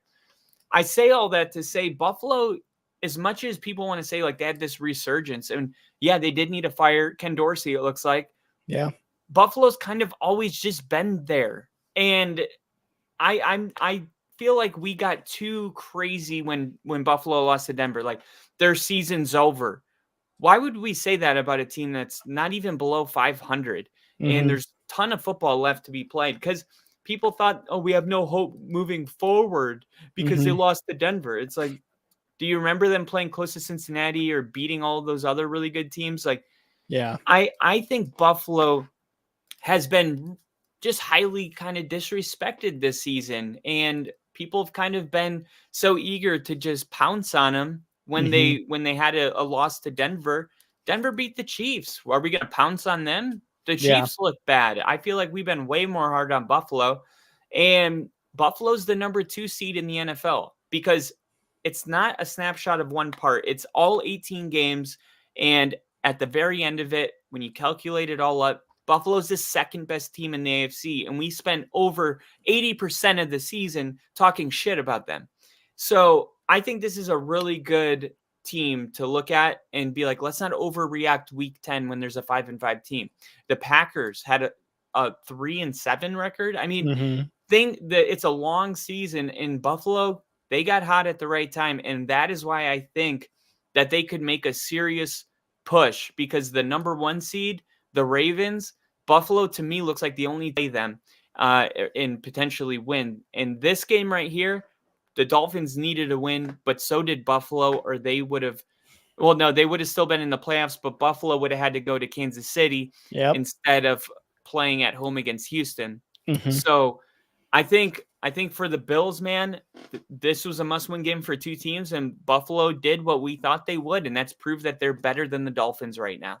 And the Dolphins, to me, have a lot of work to do. Tyreek Hill, uncharacteristic drops in this game. And I don't know, there's just something. Jalen Waddle didn't play. Maybe that's it. But the Dolphins have just kind of been hot and cold. And when they play a good team, you can expect them to shrink and score less than 20. It's only when they play the Broncos or play the Jets or play the below 500 Patriots. It's like, oh, there they are. And it's like, all right, stick. We needed them back. We have Buffalo next week. And it's like 14. And I don't know. I'm not feeling confident about the Dolphins, but for Buffalo, I'm all in. I'm putting all my chips in the table, and I'm saying Buffalo to the Super Bowl. Yeah, and holy shit, that's fucking insane. Kyla said it though all season, like you and the latter half of the season when we were saying that, like he said, Bills, no, they're not going to make it. But what we were saying as well is like the Bills probably going to win it the year that the expectations are the lowest they've been since the Josh Allen Bills have been the Josh Allen Bills. So, I mean, we've been there, and this game was amazing. You had a punt return touchdown for the Bills, which was huge for them. They come out with the win. The Dolphins, like you said, looked flat. Now, with the Dolphins, they have had some major injuries on both sides of the ball. You talk about Jalen Waddle, you talk about Tyreek Hill, you talk about Jalen Ramsey, Xavier Howard, Chubb. Like they've had some bad luck, and the fact that they were, dependent on a Week 18 game to win the division, but still be in the playoffs, like it's still very respectable for this Dolphins team. But like you said it, man, there's not a lot of confidence going to the playoffs if they are missing this many people, if Jalen Waddle doesn't play, if Tyreek Hill has drops, if Tua is throwing interceptions at the rate that he's throwing them, and especially at crucial moments, that this Dolphins team can go anywhere past the wild card round, right? If they make it past the wild card round, it's going to be, I think, in my eyes, a big accomplishment for them. With especially, the other stink on them was they can't beat teams above 500. They were able to beat the Cowboys, right? They were able to beat that, they were able to beat the Cowboys. That for a second it was like, okay, all right, they got one, but they weren't able to finish out to win the division. So again, that almost looks like a collapse. But again, the Bills on the other side, fire Ken Dorsey, have a bit of a resurgence like we talked about. And we realized that Josh Allen does not need to be the savior of the game every single week, week in, week out. You can rely on your James Cook, right? Like you can rely on the defense at times. Shit, even your special teams. Your special teams had a punt return touchdown in this one. So you can rely on on things outside of Josh Allen, and that's how they're going to win, and that's how they're going to continue to win. I think they're a very good team going to the playoffs, especially with what they've done, winning the AFC East in a season where we didn't think they were going to win the AFC East at all. Super Bowl, though, I don't know. I still like the Ravens, but obviously we're going to see what happens after the Super Wild Card weekend. But I'm still liking the Ravens over the Bills. But the Bills, like you said, Kyle, are looking dangerous in this playoffs. They are. And there's a lot of teams that are heating up at the right time. So definitely check out our predictions episode that we're going to be dropping in a couple days, going through all of Wild Card Week. But for now, Rick, it's time. It is time. Top five, no debating. Top five. Top five, Kyle. Top five. Playoff edition, and it's more than five. Playoff edition, and it is more than five, which I'm okay with. But I found this exercise incredibly difficult. So did I, man. And one of the things that really kind of I was able to I guess give me a good direction to go in was really being able for myself to be like, all right, who are my top five teams? And also the top 2-3 teams, pretty obvious, in the playoffs. So let's go into it. One of our favorite segments we do here on the Only Football Podcast. Kyle, there's 14 teams in the playoffs, AFC, NFC. Let's start from the very bottom at number 14. Who do you have at number 14? Number 14, I have the Pittsburgh Steelers. Ooh. The Steelers, man, they made it. Congratulations. You made it to the playoffs, 1 of 14 to do it. But you're the team that has the least shot, in my opinion. Now, you could say the deal breaker was them losing TJ Watt, but even with TJ Watt, I'm not sure they would have been much higher. I got Steelers at 14. All right. So for me at number 14, and we're going to go through this just really one by one, but for me, it's the Bucs. The Bucs for me are number 14. And we talked about it kind of going into the end of the season. The Bucs, the NFC South, nobody should deserve to come out of that hosting a playoff game. The Bucs, while they had a great late season stretch to win the division, did so against the Panthers team where they only scored 9 points. Now, if they had scored a couple touchdowns, if they looked very, very good offensively against the Panthers, I think I would have had them flipped with the Steelers. But unfortunately for them, at number 14, I've got the Bucs. 13, Kyle, you got a 13. I got the Tampa Bay Bucs as well. And whoever won the NFC South was going to end up pretty low on the list. But like you said, Baker Mayfield, he's rejuvenated himself in this offense, and he's playing decent football, and they could even win a game they are hosting. They could win a game depending on the type of team they're playing and the struggles they're going through. So they could win, but now no one's predicting it. Tampa at number 13. All right, and for me, I've got the Steelers. Kyle and I just have 13 and 14 flip. The Steelers, Kenny Pickett wasn't working out. Mitch Trubisky obviously wasn't working out. Kenny Pickett got injured. You bring in Mason Rudolph, and he was able to bring them into the playoffs here with those couple wins there. But really, what you have to look at, and what I mentioned earlier, is Jaylen Warren and Najee Harris, that running game. Now, that's the offense with Deontay Johnson too. You can get him some plays and see how well he can do with some catches. But the defense too is also going to suffer with TJ Watt. How much is TJ Watt worth? Maybe a field goal, really, in terms of points. Maybe 4. Okay, we'll give him 4. We'll go 3.5. But not huge because the defense as a whole really is probably going to suffer. Steelers at 13. Kyle, what about number 12? All right, at number 12, I got the Kansas City Chiefs. Ooh, shit. The Kansas City Chiefs, this is their 8th straight AFC West title, and this might be the least convincing one. Mm-hmm. Kansas City pretty much just made it to the playoffs because Denver couldn't capitalize on the fact that they kept losing. If Kansas City somehow makes the Super Bowl, they're going to have to win a playoff game on the road for the first time ever, because they've been only hosting playoff games. It's been a season full of rude awakenings for the Kansas City Chiefs. First time experience it. Like we talked about this with the coaches earlier. We said, where's the grace period of the rebuild? Where's you win the Super Bowl and then you just expect that to keep happening forever? Mm-hmm. No, there's a rebuild period. And by the way, if the quarterback isn't Mahomes on this team's not even in the playoffs. You might be looking at a 3-4 win team without Mahomes, but because they have the greatest quarterback in the world, maybe ever to touch a football, they make it into the postseason on this kind of a down year. But add it to the list of first time things to happen. The Chiefs and Mahomes lose on the road this year.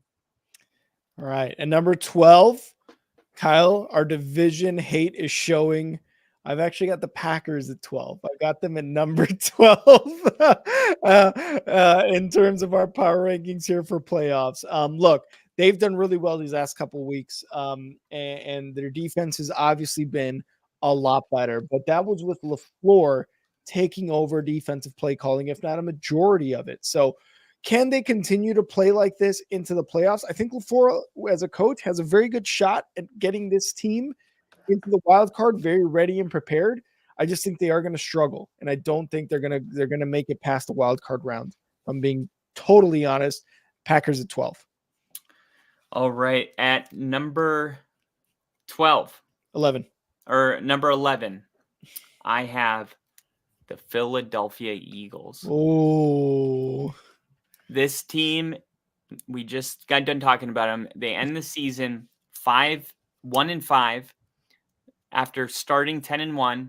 Mm-hmm. They completely fell apart, and it only got worse on Sunday when they got destroyed by the Giants, and then the Cowboys. The Cowboys just look like such a better team right now, and it used to be kind of neck and neck. Now, could the Eagles still make a playoff run? Maybe. I mean, they got all the right guys to do it. They're going to be taking on Tampa Bay. So it could happen, but I can't rank them any higher. They're not better than these other teams on the list. Not right now, they're not. Maybe we reevaluate next week, but for this week, they're not even in my top 10. All right. And number 11 for me, kind of a surprising pick. I think it'll be the Texans. The Texans are number 11 for me. They drop outside the top 10. Now, again, they've been playing outstanding. They were able to get the division. They're going to have a home game in the wild card round. But the rookie quarterback head coaching thing is always going to be one of those things that we talk about. It's going to be a talking point for them against, I believe, the Browns, right? The Browns, I think, can go in there and really make a statement in Houston against this team, can really rattle CJ Stroud and DeMeco Ryan. So got the Texans at 11 for my power rankings in the playoffs. All right. At number 10, I have the Los Angeles Rams. Mm. I think the Rams are playing really good football right now. So it's not like, I don't know. I wish I could put them at 1 because of how proud I am of what they have done this season. And I do think that there's a really good chance that they beat Detroit. A lot of people are saying that's a hot take. Not really. Everywhere that I've been listening, the Rams are being selected to win this game. A lot of people believe they have the better coach. Sean McVay's won a Super Bowl and he's gone to 2. And look what he's doing offensively with this team. The Rams are a really good team. They might squeak their way up the sport. I wanted to put them higher, but I just can't right now. But the Rams, man, they are looking like a team. They're a lot of people's dark horse to go to the Super Bowl. And I'm not going to get that carried away. If I was, they would be higher, but I'm going to somehow land in the middle and put them there at 10. All right. And 10 for me, I've got the Dolphins. The Dolphins, while I have said, they've had tons of injuries and those things count for something, the Dolphins have had a late season collapse in terms of the AFC East. You had it there. You were scoring a ton of points. You had the number 1 offense. You had Mike McDaniel there.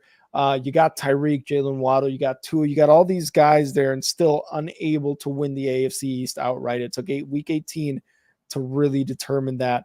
And while I think the Dolphins are going to score some points in the playoffs, I still think there are teams better than them in the playoffs. All right. At number 9, I have the Miami Dolphins. Not far away from yours, but Miami just hasn't been able to impress us when it's mattered the most. They averaged 29.2 points per game this year. Second to only Dallas. I brought that up earlier today, but that's just us kind of starting with a half glass full attitude. The bad news is Miami's 1-5 this season against teams with a winning record. So that to me is a little more important around right now than how fun and cool McDaniels is and how creative and silly they are. Yeah. They need to pull their pants up and freaking go win an important freaking game, because this team is super talented. And I do believe that they're better than their 1-5 record against bad teams, but that's the way the chips have fallen, and it's up to them to go change the narrative. And I think they can, but we'll save that for another one. Sounds good. And number 9 for me, I have the Eagles, Kyle. I have the Eagles in the top 10 at number 9. They've been here before. Yes, albeit they don't have their coordinators, which seems to be the biggest criticism that Eagles fans are giving Nick Sirianni. It was your coordinators who got you to the Super Bowl last year. You're not the guy. You're not it. But they've been here before. They know what to expect in the playoffs. They went to the Super Bowl. They went through all those teams last year and were able to come out to the biggest game of the year in sports. I think they can continue to take some of what they learned from last year. A lot of the same team is still there, and apply it to this year's playoffs. And I got the Eagles at number 9. All right. At number 8, I have. Oh, wait, no, I'm at. No, you're at 8. Okay. At number 8, I have the Houston Texans. The Houston Texans, man, they are a sneaky team. Do not be surprised if in February CJ Stroud is in that game. The Houston Texans are doing unbelievable things with CJ Stroud and Will Anderson, and they're coached well. They're hosting a playoff game, and I love their chances to continue to win in the postseason. There's something about CJ Stroud, man. His confidence can't be shaken. You saw him in with everything on the line against the Colts, and he delivered good balls, and he just looked the same. Nice. He's got that thing that only comes around once in a while, but it's contagious, and you just believe, like, as long as he's on our team, we're probably going to win. And I can't believe they were able to get it that fast, but I think it's only up from here. And Houston makes my spot at number 8. All right. And to round out the bottom half of my playoff teams, I've got the Rams at number 8. The Rams, you talked about it. They've been impressive with what they've been able to do. Matthew Stafford, Kyron Williams, Puka Nacua, Cooper Kupp. You still got Aaron Donald there. You still have a lot of defensive guys that are really, pulling their weight on the defense and not just putting it all on Aaron Donald. What they've done in this last half of the season has been super impressive, getting into the playoffs when a lot of us just completely wrote them off. So I've got the Rams at number 8 in my playoff top power rankings here. Yeah, every time I finish that sentence, I don't know what to say. I'm like, yeah, I got him at number 7 in my wildcard thingy. I've got him at number 7 in the thing of the top 5. And Kyle, what about you? At number 6. 7. Or number 7, I have the Green Bay Packers. Boo. And the Green Bay Packers make it this high in my list because I like to get ahead of the curve here. Jordan Love's thrown for 4,100 yards this season. Aaron Jones, who missed a ton of time, 700 yards. They have a very capable second option. They run the football really well. Mm-hmm. They're very balanced. And as soon as Christian Watson got hurt, it was like, oh, their season's over and all that. And then here comes Jaden Reed, who leads the Green Bay Packers with 793 receiving yards. Quay Walker leads the team in tackles. Rudy Ford, opportunistic defense that gets turnovers. They're taking the ball away. I look at this team and I think, well, if Jordan Love is going to continue to throw a bunch of touchdown like what I'm seeing from him looks really good. And what I'm seeing from the defense looks really good. This is a very complete football team right now, and it's shocking. It really is. I mean, Jordan Love has 32 freaking touchdowns. He only has 11 picks. He's taken 30 sacks this season, but he's averaging almost 250 yards per game in multiple touchdown passes. I think the Packers are just one of those teams that kind of Jordan Love figured it out, and he did it in front of our eyes during the season. And when it's not, I swear it's not a bias thing. Like when I'm watching him play at the quarterback position, I'm like, yeah, I haven't seen somebody look like that in Denver since Manning. Not kidding. And it kind of sucks because it's like Green Bay doesn't even have to freaking wait. Like they were like, oh, we haven't seen that since Rodgers. Shut up. Shut up. Last year? Fuck you. Shut up. It's not like this all the time. Okay. Yeah. But for the Packers, man, I think if Jordan Love and Matt LaFleur, they call a good game and their best players show up to play, I think they can play with anybody. And they have a really hard challenge coming up in Dallas. And what not a better opportunity to prove that it's not a fluke that you're here. Yep. So it's hilarious because I had the Packers at 12. You got them at 7. You had the Chiefs at 12. I've got the Chiefs at 7, Kyle. I've got the Chiefs at 7 coming off a Super Bowl. Look, yes, have they not looked great this season? For certain reasons, Travis Kelce's looking older. Receivers are dropping balls from Patrick Mahomes. All those things are very true. And like you said, they won the AFC West this year in probably the most unconvincing way since they started winning those AFC West titles. But the one thing they have, again, is that experience in the playoffs, is all that experience in the playoffs, winning Super Bowls, going up against the best teams year after year. That does bring a sort of like exhaustion, I believe, to a team when you continue winning and you continue going into the postseason. That brings an exhaustion. And I think it really did hit the Chiefs this year in the regular season. But I still think that makes them one of the scarier teams to go up against in this playoffs because of that experience, because of the head coach, because of Mahomes. And that's why I got the Chiefs at 7. All right. At number 6, I have the Cleveland Browns. The Cleveland Browns, yes, they are somewhat going to be limited by Joe Flacco. I know everybody loves the story. I love the story, but being realistic is still important. And being realistic is talking about the defense, because that's really the strong point of this team, and that's what could carry him further. Potentially, they are ranked 2nd in the NFL in points per drive allowed, 1.43, only behind the Ravens. And they're 1st in the league in expected points added or allowed per play. So this defense can definitely keep the Browns in the football game. And then Joe Flacco only has to do a little bit to take them over the top. I know what it's like to have a mediocre offense and a top NFL defense, and it means that you're going to have a chance to win every game that you play. And if Cleveland and Ford and Kareem Hunt and Amari Cooper and these guys and Njoku, of course, if they can come out and play a really good game, don't be surprised if Cleveland moves on. They're one of the best teams in the league because of that defense. At my number 6, I have got the Detroit Lions at number 6. I have talked shit about them, and look, they've got their issues. They've got their issues, and I have been very clear about what their issues are.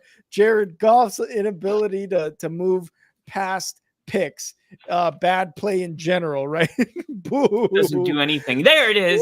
Boo this man. But they still have a very good team offensively if they can avoid those turnovers, if they can continue to use Jahmyr Gibbs and David Montgomery as a 1-2 punch, as a complement to Amon-Ra St. Brown. They're not going to have Laporta, their outstanding rookie tight end, but I think they can get past that. Right, with Reynolds there as well as their number 2. I think they could do that. I really do think they can do that offensively. The defense does still continue to be a question. They let up a lot of points, they let up a lot of yards, but they have a lot of playmakers on that defense. Now, the playoffs is where it really all starts to show. If they can come together as one big unit and get some dubs, Lions at number 6. How exciting that they get to host a playoff game. I know, right? It After feels 30 years of not winning a 30 division. years, man. Yeah. Oh, I haven't been alive for this moment. I have. I was barely. But it's so cool to watch football as much as I do and stumble across something that hasn't happened in my entire lifetime. It feels special, doesn't it? Yeah, 100%. So, I mean, the Lions are going to feel the Lions get a win, and then when kickoff happens, we'll see what happens. But it's already a dub that they're going to be in that building for a game. Agreed. At number 5, I have those Detroit Lions. Now, nice. I think those Lions are really good, and people are concerned about them. I'm not, but I am worried about Sam Laporta. Sam Laporta is irreplaceable, like Beyonce, irreplaceable. Irreplaceable. And there's no tight end that's going to fill in to the left. They have to try to find how they can replace this big hole in the offense. And Jared Goff's going to have to come out and have a good game.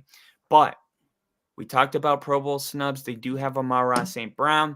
They do have other options, like you said, and that defense has a real like Hall of Fame type leader in Aiden Hutchinson. He's going to need to come play. And I'll end it with this. He said when he was drafted to the Lions, if he wanted to play for the Lions, he said, "Look, I'm a winner, so we're going to start winning here. Like we're not going to do that. Like what? Because they say, oh, do you wish a different team drafted you? Because that team stinks." He was basically like, yeah, not anymore, dude. I'm here. And he's really held up his end of the bargain. He wants to get this one for Detroit more than anybody, probably. Maybe not Dan Campbell, but Aiden Hutchinson. Expect him to have a monster game. And for that reason, Detroit's going to make their way all the way up to 5. 5 for me is going to be your 6, the Cleveland Browns. They have been impressive. Kyle put up a short from a while ago when he had the Browns up in number 5 in our top 5 back in like week 2 6 or something like that. Back in like the Fuck preseason. you. That's what you said to me. But look at me now. I am a What are you believer talking in the about? Browns. You're crazy. The Browns at 5? It was crazy back then, not crazy now. The Browns have been on a tear right now with Joe Flacco. Again, Joe Flacco is able to do what Jared Goff does not. He is able to overcome those turnovers off of his own hand and continue to throw bombs and continue to throw touchdowns. I think that's super important for a Browns team who hasn't been in the playoffs since Baker Mayfield was their quarterback. And, Joe Flacco off the couch, not really off the couch. Let's be real here. Just a few weeks ago, but off the couch for Deshaun Watson. It hurt Deshaun Watson. So I like the Browns. I like their defense. I like their offensive weapons. Browns at number 5. 2 things that I missed. At 7, I had Green Bay. I'm worried about their inconsistency. Right? Sometimes they're good. Sometimes they're just not there at all. That worries me. At number 6, or at number 5, I have the Lions. Their 2 running backs is why they could even move higher. And Yep. I didn't even mention them, but I wanted to make sure that we were all on the same page. This is the best backfield in the NFL. Definitely. At number 4, I have the Baltimore Ravens. Now the Ravens are definitely a team that everybody's going to be fearing right now. A, you have to go into their stadium. B, Lamar Jackson's the MVP. And C, that defense is incredible. What could go wrong? Well, Lamar Jackson has 1 playoff win so far in his career. Yep. And it's up to him to change that narrative. And just how people punish Dallas in their power rankings because they haven't won anything. No, I don't really think that is a good enough reason, because you'll never be on the right side if you're always waiting for something to happen. But I look at the Ravens and the Chargers game, and there's games that have stood out where, yes, in moments they've dominated good opponents, but at times they've played close with lesser opponents. Yeah. They lost to the Steelers in the beginning of the season when they were like, I still think that the Ravens are a beatable team. It just depends what Ravens team shows up, and on the other side, what team they're playing shows up. But I don't think that the Ravens are a lock for the Super Bowl. All right. And number 4 for me, I've got the Buffalo Bills. They won the AFC East crown in week 18. Josh Allen in this offense has found another part that they can, just elevate their offense, another part of this offense that can elevate them. And that's the running game with James Cook. James Cook has been amazing, and something that they wanted to have in Devin Singletary, and they clearly did not have in him as a running back. They have in James Cook, the ability to use him to get those 1,000 yards in a season, to catch the ball, to make players miss, and to give them just another dimension there in that offense. And that's why I've got the Bills at 4. At number 3. At number 3, I have the Buffalo Bills. Nice. I thought that was going to be a little bit crazier, but I guess you were kind of expecting it. I think, yeah. I have the Buffalo Bills. Man, this Bills team is really good. Josh Allen, if we could just remember what he did in the Chiefs game, in that divisional game, back and forth, we were like, oh, Bills are a Super Bowl lock next year. Yeah. People were putting thousands on the Bills to win the Super Bowl, and they bounced in the playoffs after the second game. Well, what was that Bills team missing? A running game. They did not have a real running game. So you're telling me, and this is how you know things are a little weird right now, because if that Buffalo team, if you were so sure they would win a Super Bowl, but they didn't have a running game, and now it's pretty much the same Buffalo team, Diggs, Gabriel Davis, Shakur, but now they have a running game. If it weren't for their 5-5 start, everybody would be on the Bills to win the Super Bowl. This is the same team that we were on last year, but they have more weapons, and now they have Dalton Kincaid, a really good tight end option. This is the best Buffalo team. This is the best Buffalo has ever been since Josh Allen's been on this team.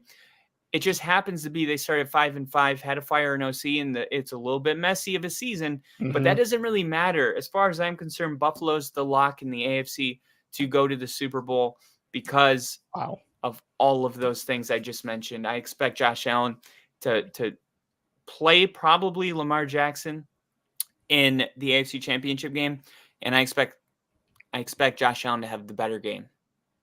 Love it. For me, number 3, I've got the Dallas Cowboys. Look, I was talking shit about them. I was talking mad shit about them. They have that stink about them. Cowboys can't get to the big game. They can barely get past the divisional round. But this Cowboys team is a little different in my lifetime that I've seen before. They've got CeeDee Lamb playing out of his mind. They got Dak Prescott playing out of his mind. They got a guy named Micah Parsons, who's a defensive player of the year and is playing out of his mind. They've got almost everything going for them this year, and they were able to take the NFC East crown from an Eagles team who was just in the Super Bowl last year. Give me the Cowboys at number 3. At number 2, I got the San Francisco 49ers. The 49ers, they're nasty. They're real nasty, man. I mean, they are just disgusting. disgusting when you watch this team play. I have never seen it. No, this 49ers team is, to me, exactly what they were last year. And last year they were a Super Bowl favorite, but they lost their quarterback because he broke his elbow. So what's changed? The Cowboys are better this year than they were last year. And I don't think that's something people really saw coming. I mean, we had no reason to. I just expected kind of the same stuff from the Cowboys. And because of that, I expected the 49ers to land at number 1 all year. But Dallas is just, man, they're playing really good offensively. They're averaging like 40 points at home. Micah Parsons is amazing. They have an amazing defensive coordinator in Dan Quinn, who, if he wants to, after the Super Bowl, he's going to end up being a head coach somewhere. Or at the very minimum, he'll be interviewed for those positions. But he declined that because he understood that there was a golden opportunity to take the Cowboys to the big game. And that's why I have the 49ers at number 2, because I think the Cowboys, I mean, come on, take your pick. Yeah, 100%. And I agree with you at number 2, the 49ers, for myself as well. The 49ers at number 2, 100% get that. They're the best team, or one of the best teams in this playoffs. Easily a top 3, like we were saying. And what they've been able to do this season after last season, losing Brock Purdy in the playoffs, hurting his elbow, and still being able to come back this season and really take charge of that starter role and have MVP talks towards the end of the season. And what he's done with that offense has just been amazing. Again, we talk about, anybody can succeed in Shanahan's offense. Sure, anybody can succeed. But you need the quarterback to be even better than just any other quarterback, right? You can't just have anyone in there, or else why didn't Jimmy G go to a Super Bowl? Why didn't Nick Mullins, who is now in the Vikings and is probably going to be a backup for the rest of his career, why wasn't he as amazing as Brock Purdy is in that same offense? It's because the quarterback makes a difference in that Shanahan offense, and Brock Purdy is that difference. Kyle, you have the Cowboys at number 1. You've said it. Why? No, I didn't say it yet. Oh, okay. Well, remember last week? I got it. I was wrong. I didn't even say anything, and you were like, "Do it," and then you cut me off. Right? That's right. So, dude, Kyle, number 1. I got done with the pod and watched that clip like 10 times. Just to watch. It was so funny. All right, at number 1. Top 5, know the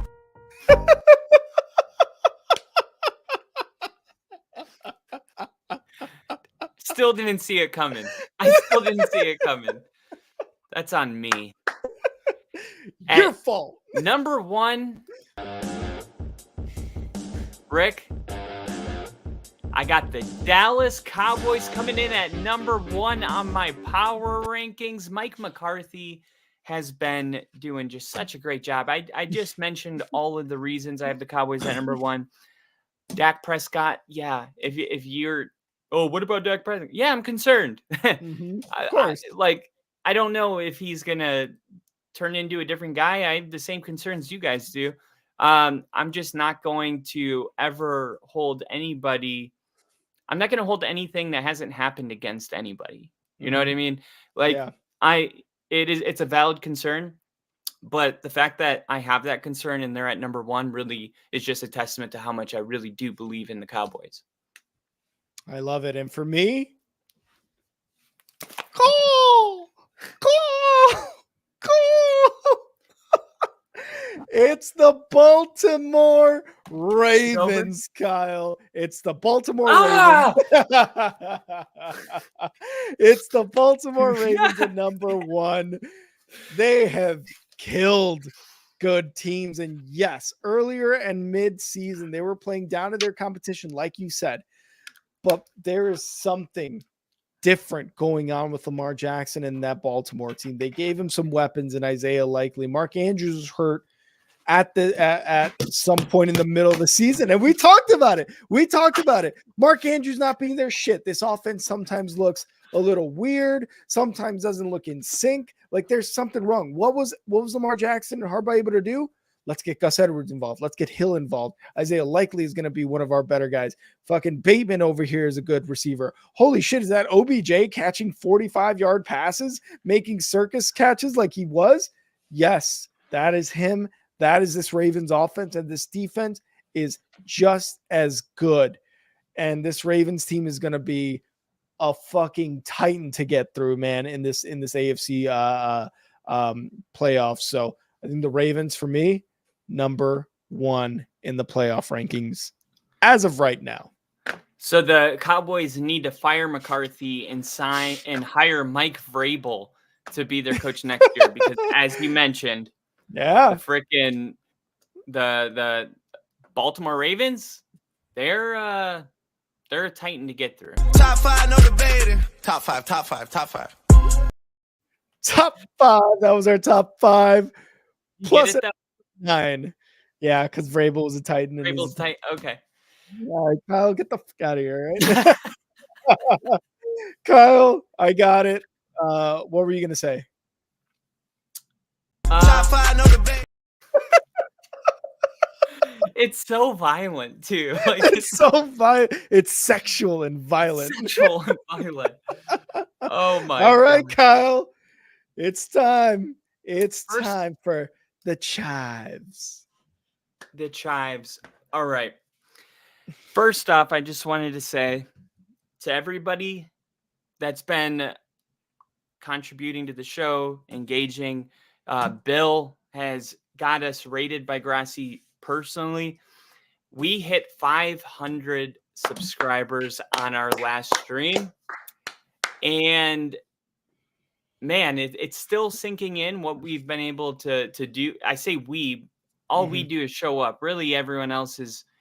And not to say like it's a lot of work to show up consistently, but we couldn't have done it without everybody's help. And I just wanted to give a shout out to everybody and let everyone know officially, because not everybody was tuning in during that game, that we did hit 500 subscribers, which was a huge milestone for our channel. And it was one that me and Rick, I remember in the beginning, we were talking about trying to get to 500 by the beginning of next season. And then a couple weeks ago, we were talking about it, and I was like, let's try to get it before the playoffs. And we were like, all right, let's do that. Yeah. And it was still like a little bit of a far fetch. But then Tom Grassi came inside of our stream and rated us. And I watched it on his end. I don't know if you went back and watched it from his side. But I went back, and it was confusing because I went to his live chat to see who shouted us out. Right. Yeah. I was like, who said to rate us? Because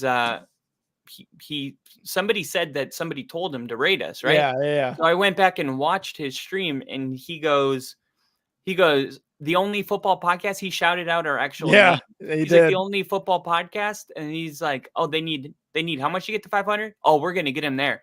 And the thing is nobody commented that. Yeah. Nobody. I was on the live stream. Nobody commented that. So it is still a mystery how the hell Tom Grassi was even talking about our channel during his stream. But I'm so grateful it happened. Yeah. And just wanted to make sure that was a public announcement for everybody that maybe has been on vacation. You came back and we have almost 600. Like, whoa, what happened? Yeah, exactly. What the hell?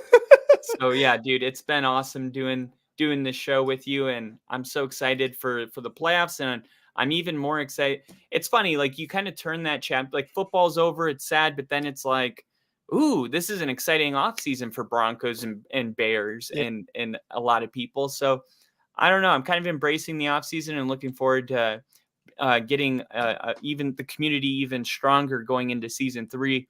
And I hope to see all of you guys there for it.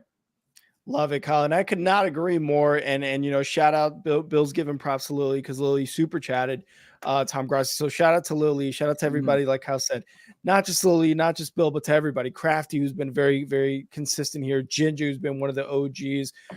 Angel, brother T. Brother T.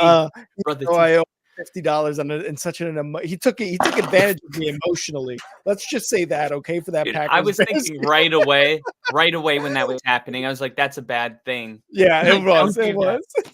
But all you guys that have been here and have supported us and have subscribed and have liked and have commented and have tuned in and have shared, like, you guys are really the reason why we're here, why Grossi even noticed us. You know, you guys came from Grossi, have stayed with us even from Grossi, and as entertaining as he is and as great as he is. Like, it's been awesome to have you guys at the Only Football Podcast family. And again, just nothing but thanks to you guys for doing that. And also, you know, during these recap episodes and you know, during our predictions and stuff, we see you guys in the comments. We don't necessarily always respond to your comments, but I'm always grateful to those that, you know, can kind of comment and not necessarily expect a reply back, but you guys continue commenting, you guys continue interacting with us, and we're always laughing at stuff like this. Like, Grossi wanted to extend an olive branch to a Bears fan. Hilarious, Crafty.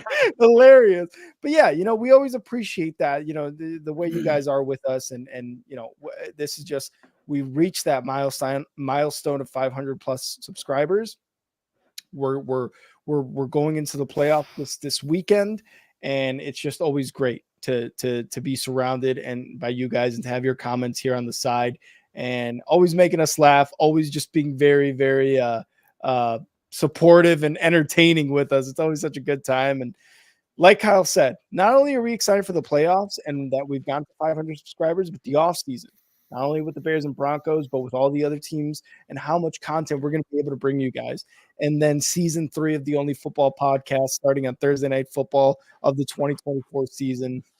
It's just, we've got so many things ready to go that we're just waiting to bring them to you next season. It's going to be awesome. Kyle? Welcome to the Only Football Podcast with Kyle and Rick. That's it. No more than that. No more than that. That's just a little snippet of what you guys are going to get. Teaser. New intro coming. It's going to be great. You guys are just get ready for a lot of cool shit moving forward. And on that note, again, thank you to everybody who stopped by today. Crafty, Bill, Brother T, Angel. We had Andy in here, and we also had Lil E in here. So thank you guys so much for tuning in, sharing, commenting, subscribing, all that good stuff. But the playoffs are upon us, and we're going to be bringing you our playoff prediction episode here in a couple of days, probably Thursday. And exciting football is on its way. 4 weeks of exciting ass football, starting with Super Wild Card Weekend. My favorite. I love Super Card. This is awesome. I love. Is this your favorite too? I love Divisional too. Divisional is good too. Yeah, I like the Super Wildcard Weekend specifically because there's a ton of games and there's just so much excitement. There's so many like moments, you know what I mean? Like, oh shit. Yeah. What's next? Yeah. And if you guys were with us last year when we were doing the playoffs, you know, Kyle and I always bring a little bit of extra to the playoff game. So you guys are going to be very entertained. That I still like going back and watching the Jags win over the Chargers. That last drive that they went on. Yeah. There's a short. If you go through our shorts feed, and that's just raw emotion that only the playoffs can pull out of you. Yeah. You would have thought I'm a diehard Jags fan. I was so invested in that one. But you mentioned it, 4 weeks left of football, but only 4 more days until the Texans and Browns play. Let's go. Don't forget to watch your playoff games here with us. And we look forward to it. We got 3 games on Sunday, and we got Cleveland, Houston, Miami, Kansas City on Saturday. It's about to get crazy. And like going to Arrowhead and Joe Flacco going to CJ. I just want to see the atmosphere in some of these places. Detroit, can't wait to see that. Houston, can't wait to see that. 2 atmospheres that I'm specifically excited about. 100%. I could not agree more. And Kyle, again, like Kyle said, make sure to tune in here on the Only Football Podcast for all of the playoff games and the Super Bowl. We're going to have an exciting time here with you guys, and we can't wait. I wanted to do what you did to me. We honestly You had to do this one. Top 5, know the best. I was trying to do the outro. Oh, you mess with loser! and I You hit the intro. loser. Well, Kyle, always a pleasure. Again, guys, make sure to tune in and keep those notifications on for the Only Football Podcast. Kyle, always a pleasure, brother. Always a pleasure. Love you guys.